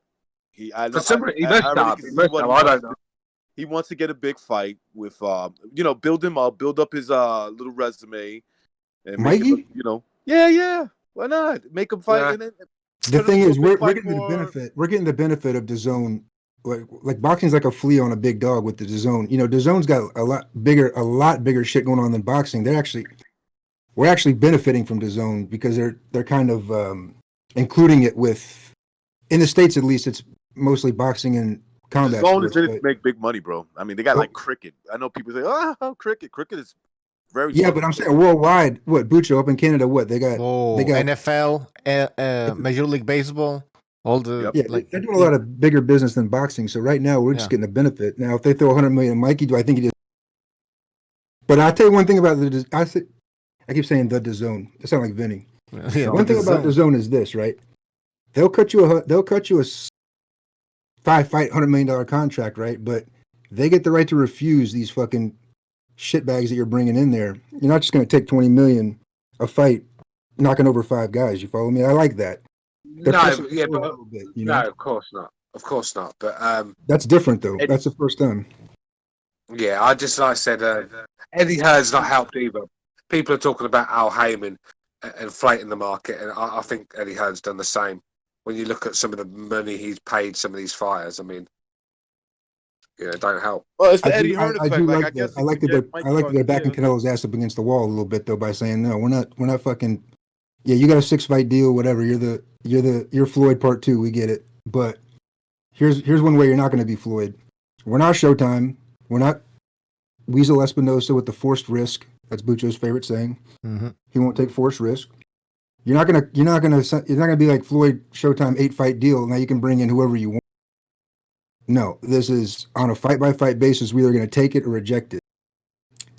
And he can say whatever he wants about it. He wanted to recover, give last Cinco de Mayo, he didn't want to fight or bullshit, but they told him fuck you. He had his warm up with Ricky Fielding. No more 30 million paydays fighting Fieldings. He has to. Yeah, he tried to bring somebody in there. Canelo, I think Canelo knows that. Canelo's he's so good at the moment. I mean, does he really need to be worrying about who's put in front of him at the moment? Yeah, he does because DAZN is not paying for a bullshit. They're not paying for a bullshit fight. That's why Canelo's pissed off with Golden Boy. Because he thinks that Golden Boy doesn't have any stroke with DAZN. No, it's not. Anybody want to bring? What opponent did they reject here when he didn't fight on Mexican Independence Day or Cinco de Mayo? One of the two. I don't know. They rejected. Remember he took Cinco de Mayo off last year. They fucking rejected an opponent. We're not paying for that bullshit. Was it David Lemieux? I'll look it up right now. David Lemieux. David Lemieux. No. Yeah. No. Yeah, it was David Lemieux. I think it was Golden Boy fighter. A shitty fight. It was a shitty fight, so they had it made sense that they were pissed off though. Look, we're not interested in that fight. Hell no. We're not taking it. Fuck you. Come back with a fucking opponent. Then Canelo got pissed off with Golden Boy. That's when the little Golden Boy back and forth with little undertone bickering started going on with him in fishnets because he's like, how come you can't force him to pay me with whoever we want to bring in here? Remember, that's when that little shit popped up with the matchmaker. He started getting pissed off. There was a glitch in Canelo's brain with that contract. I don't think he understood totally. Right. Like, you're not going to be. I don't know if it was a miscommunication by De La Hoya, but like recognize. They go ahead. Isn't it common sense? No, it's not because you got Floyd's common sense that you're supposed to. Well, no, it is common. I totally agree with you. It is common sense, but you know, I wonder to myself sometimes, guys. Look, I'm not trying to trash Canelo. Canelo is got a great resume. If you really think about it, he does, right? But I think that he wanted to do things his way. Like, okay, look, I'll fight Rocky Fielding, and then I'll fight Danny Jacobs. That's good enough. And then I'll get another Rocky Fielding type, right? Look, he didn't want to fight Triple G in that fast. He didn't. He could say whatever he wants. I don't like Triple G, and I believe it. Or Triple G got to fight this guy or whatever. I believe it, but I also think he views that fight as, damn, I don't know if I could keep taking fights like this. You know, what's he gonna do to me later on? Will I be able to compete? Recognize when you're so evenly matched with someone, you keep giving him chances. He's gonna get you eventually. Yes, I agree with that. Listen. You know something, and it works both ways. Yeah, of course it does. Because I think he beat him in the 2 fights. I think Triple G beat him. It could work the other way, but it could be a Manny Pacquiao situation when he kept fighting what's his name, Marquez, and those kind of things when you put great fighters in there. Because in the 4th fight, I thought Pacquiao was on his way to beat the shit out of him, and then just out of nowhere he walks into a punch. That could happen to Canelo versus Triple G. That could happen to Triple G versus Canelo. The other way around. That he could go in there and say, "I got your number," dominate him, and one of them get too comfortable, boom, and they get knocked out. You know. So yeah, I understand it, but for some reason, I just feel that there might have been on Canelo's part, he might have not understood. Like, no, we're not going to be able to do this the way we want. You know, the way Floyd did it. Right. We're gonna have to do this a little careful. I mean, look, we could still play good matchmaker, like, you know, Kovalev. Obviously, Kovalev went in there for one of the worst fights of his life, and he got knocked out. You know, so it is what it is. I mean, sometimes it works out, and maybe this time around, they're like, look, I think we could put you in there in fights that you don't have to have a lot of wear and tear. Billy Joe Saunders, you know, Billy Joe. Even if let's say if we think he lost, it goes a decision. Does anybody really think he's gonna beat the shit out of Canelo? Like, nah, he's not beating the shit out of Canelo. Well, people were saying he was gonna outbox him, but now. Yeah, but is that gonna hurt? Is that gonna hurt his body physically? No, Canelo. No, of course not. Okay, you start putting him in there with punchers like Golovkin, Kovalev, Callum people Smith, like that. Callum Smith. Callum Smith. These are guys that even if he wins, could hurt his body. You know, it could hurt his condition, and he's trying to get all that money. He's trying to get the whole contract. You know, the whole thing from the zone, so that way the zone don't have no out. You know what I'm saying? And they'll pay him. They'll pay him. No, they'll pay him. Of course, it's gotta be a fight that's worth the shit, man. They're not paying. I like the way they're doing it. That's the one difference. The issue is that he thought that multi-fight deal was just like Floyd. Showtime paid him. Bring whoever you want. Give me Victor Ortiz, fucking Guerrero. Give me the fucking Maidana. You know, all horse shit. So when it was last year, September, Mexican Independence Day, one of my favorites. It was he canceled his fight last Mexican Independence Day, the September 14th fight. I think people were saying it was let's see. They said it was a statement forego September 14th because of difficulties finding an acceptable opponent. And this is when this whole friction started between him and Golden Boy, because he realized, shit, you don't think he had lawyers review the contract and go, oh shit, they're right, man. They don't have to fucking put you on. We got to bring somebody. So they get Jacobs in there. That whole, you know, continue on with the Floyd handbook, you know what I'm saying? Looked like shit in there, knocked him out. But that's when everybody's saying it's Golovkin or nothing. That's why I keep saying that. But other than Golovkin, which fight is in Canelo taking? Deny the job that De La Hoya's done with Canelo Alvarez. Turn him into Well, biggest star in boxing for me. So, Yeah. Oscar De La Hoya is a lot of things, but a bad promoter is not one of them. Well, but you know what signed it is? a very good. Listen, 360 million contract, man. That's an amazing deal. What's Canelo moaning about? Canelo, you got to understand that Canelo's starting to look at it like, look, I'm, he's at that man stage where I'm the man. Like, I'm the man. You're my fucking promoter. I know you built me, and he did, right? I know you built my name, you built my brand. You obviously did a great job. But like, I'm the boss now. He suffers from that. Like, he's an egotistical man. I'm not saying it in a, I'm not saying it like he's an evil motherfucker. But when you start making a lot of money, that starts getting to you. I mean, it's easy for me and you to sit here and say we don't think it would happen with us, but we don't know that. It's like it threw this $365 million payday contract at him, and they said, "Look, listen, mate, you How many fight fights? How many fights was that contract? 6 fights? No, 8 fights. No, he hasn't even had that many. He's fought. No. How many was a contract? 10 fights. 10 fights. $36 million a fight. He got his fucking bubble bursted when he realized it's not 365 million. It's 36 million a fight. But you can see, like I said, you can see upon our why approval of the opponent. Read the article, man. They say it right here. They're fucking bickering over it. We continue here. Golovkin signed a 3 or 6 fight deal with DAZN. Mainly, he would get another crack at Alvarez following 2 controversial decisions. However, Golovkin wanted a 3rd fight in the fall. Alvarez wasn't interested. Golden Boy and DAZN have been in a stalemate over that issue. We're continuing to work. This is DAZN. We're continuing to work towards putting together a compelling annual schedule for fight fans. It'd be premature to comment on our plans until we finalize remaining for 2019. DAZN approved only one other opponent. DAZN approved only one other opponent. DAZN want that back, mate. DAZN want their money back. They've signed Golovkin on a big deal. Canelo on their big deal. They've looked at Golovkin. No, he hasn't got many big fights left in him for me. I mean, let's be real. The longer that fight is not made, the easier Canelo wins it. I think Golovkin's on the same program too. By the way, they get to approve his opponents too. Right. Of course, they get to approve. And look, I think what Stu just said is spot on. I mean, that should be pretty obvious. That the longer the fight's not made, the more it benefits Canelo to win that fight.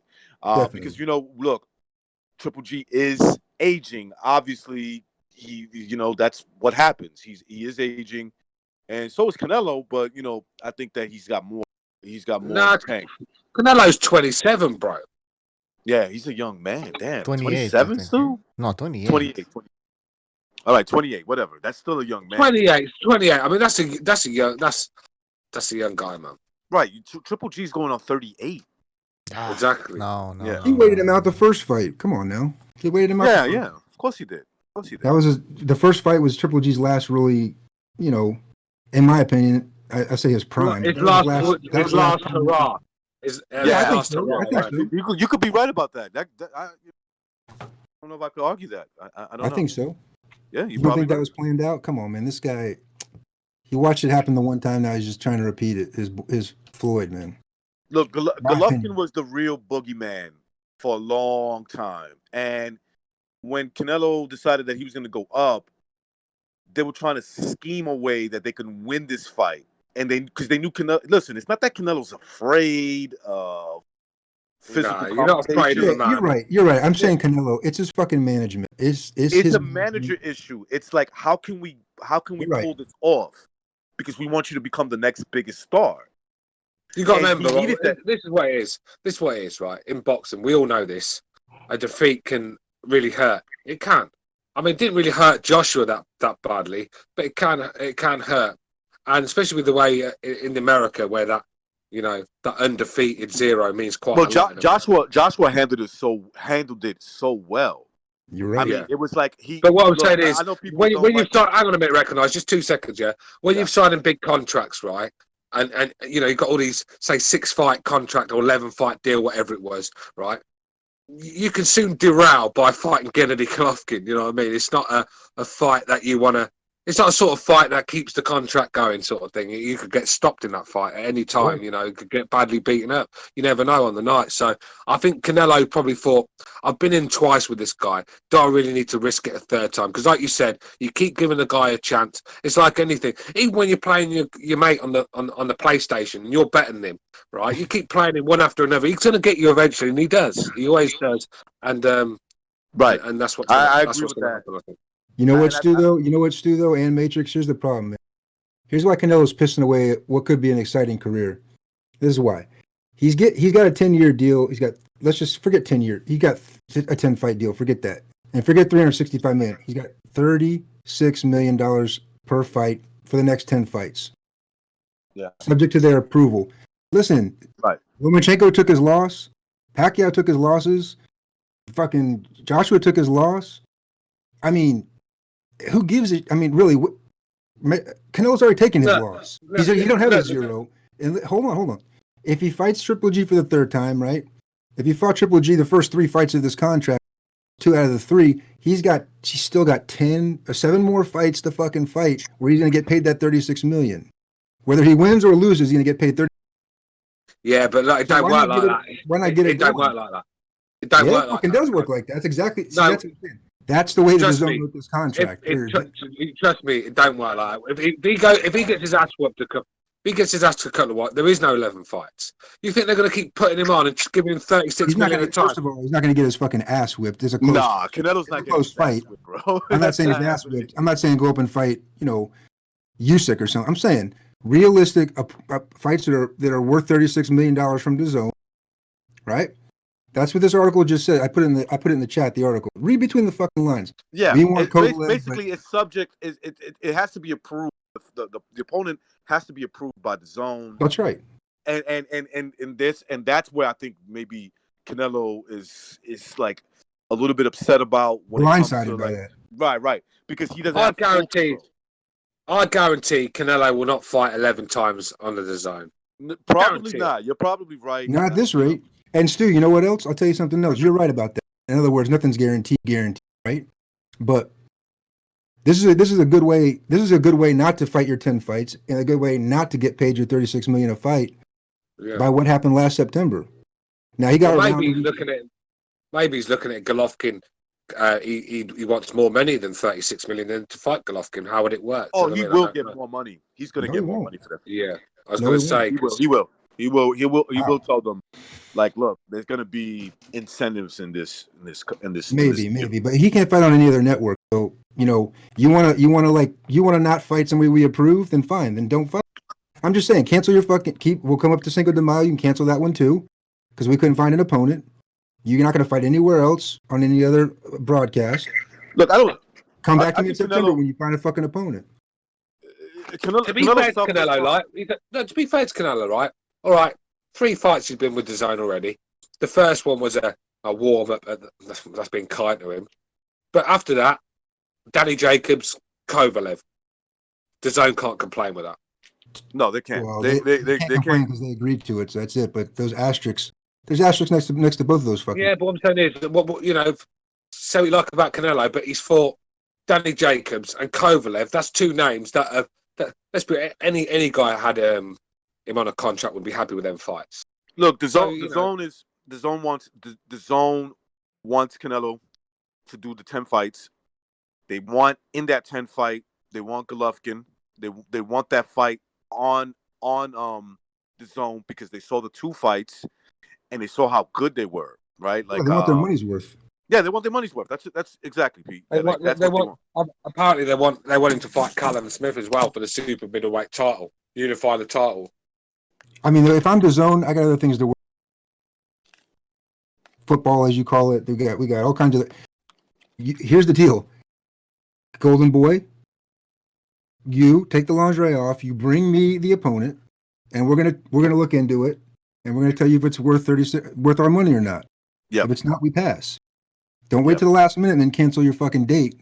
Yeah, but that's how it should be. Otherwise, anyone that way. I agree. Yeah, hey guys, anyone with any sort of boxing business sense, you're not going to just give a guy a fucking 11 fight contract with an empty sheet for him Well, to tell, fight. tell Steven Espinosa that. Tell Steven Espinosa because he did it. He did it. That's what fucking Heyman made his name on.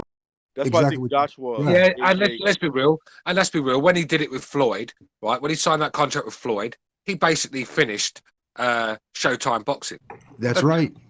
He finished them off because they were paying Floyd $50 million to fight the Guerreros of this world and the Andre Bertos of this world. It finished them off, and now look at them now. Clarissa Shields. That's what.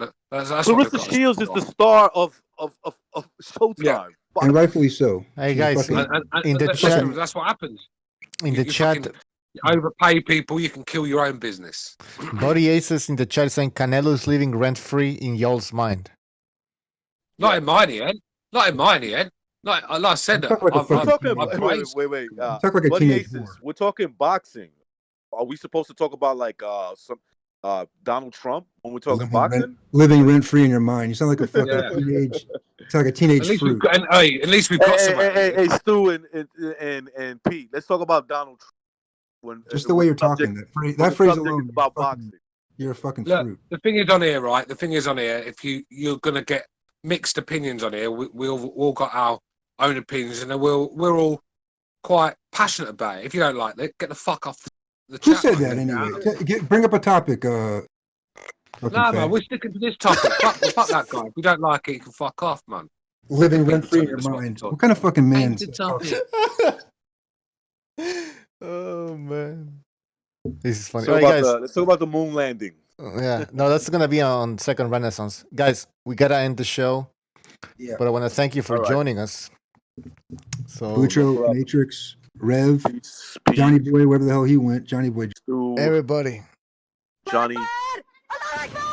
Guys, thank you for joining us. Thank you. Allah Akbar! He says it with such determination. All right, guys. Thank you for joining us. Everybody in the chat as well. You guys are the best. And Joe, we're going to have to do that Golovkin-Hagler topic very soon. All right. If you're down, we'll do it. Absolutely. Hey, I got a topic for Second Renaissance. What is you want me to tell you in the chat? No, say it now. Something about dreams and the messages it sends you. Okay. Yeah. You know, look, listen. Archetypes. That's a fucked up thing. Have you noticed though, some of the fucking dreams you have, man? Some of them have meanings to them, man. That's right. Yeah. And have you noticed? Have you ever been in one of them dreams where someone's chasing you, but they never fucking catch you though, do they? But wherever you go, they're there fucking behind you, and you just can't get away from them. Have you ever had them ones? I've had these fucking weird dreams. Hang on a minute, recognise. The worst one is when you're in a fight in your dream and you can't throw your hands. You're trying to throw punches and you just can't throw anything. Shit, yeah. That's when you get a scarf.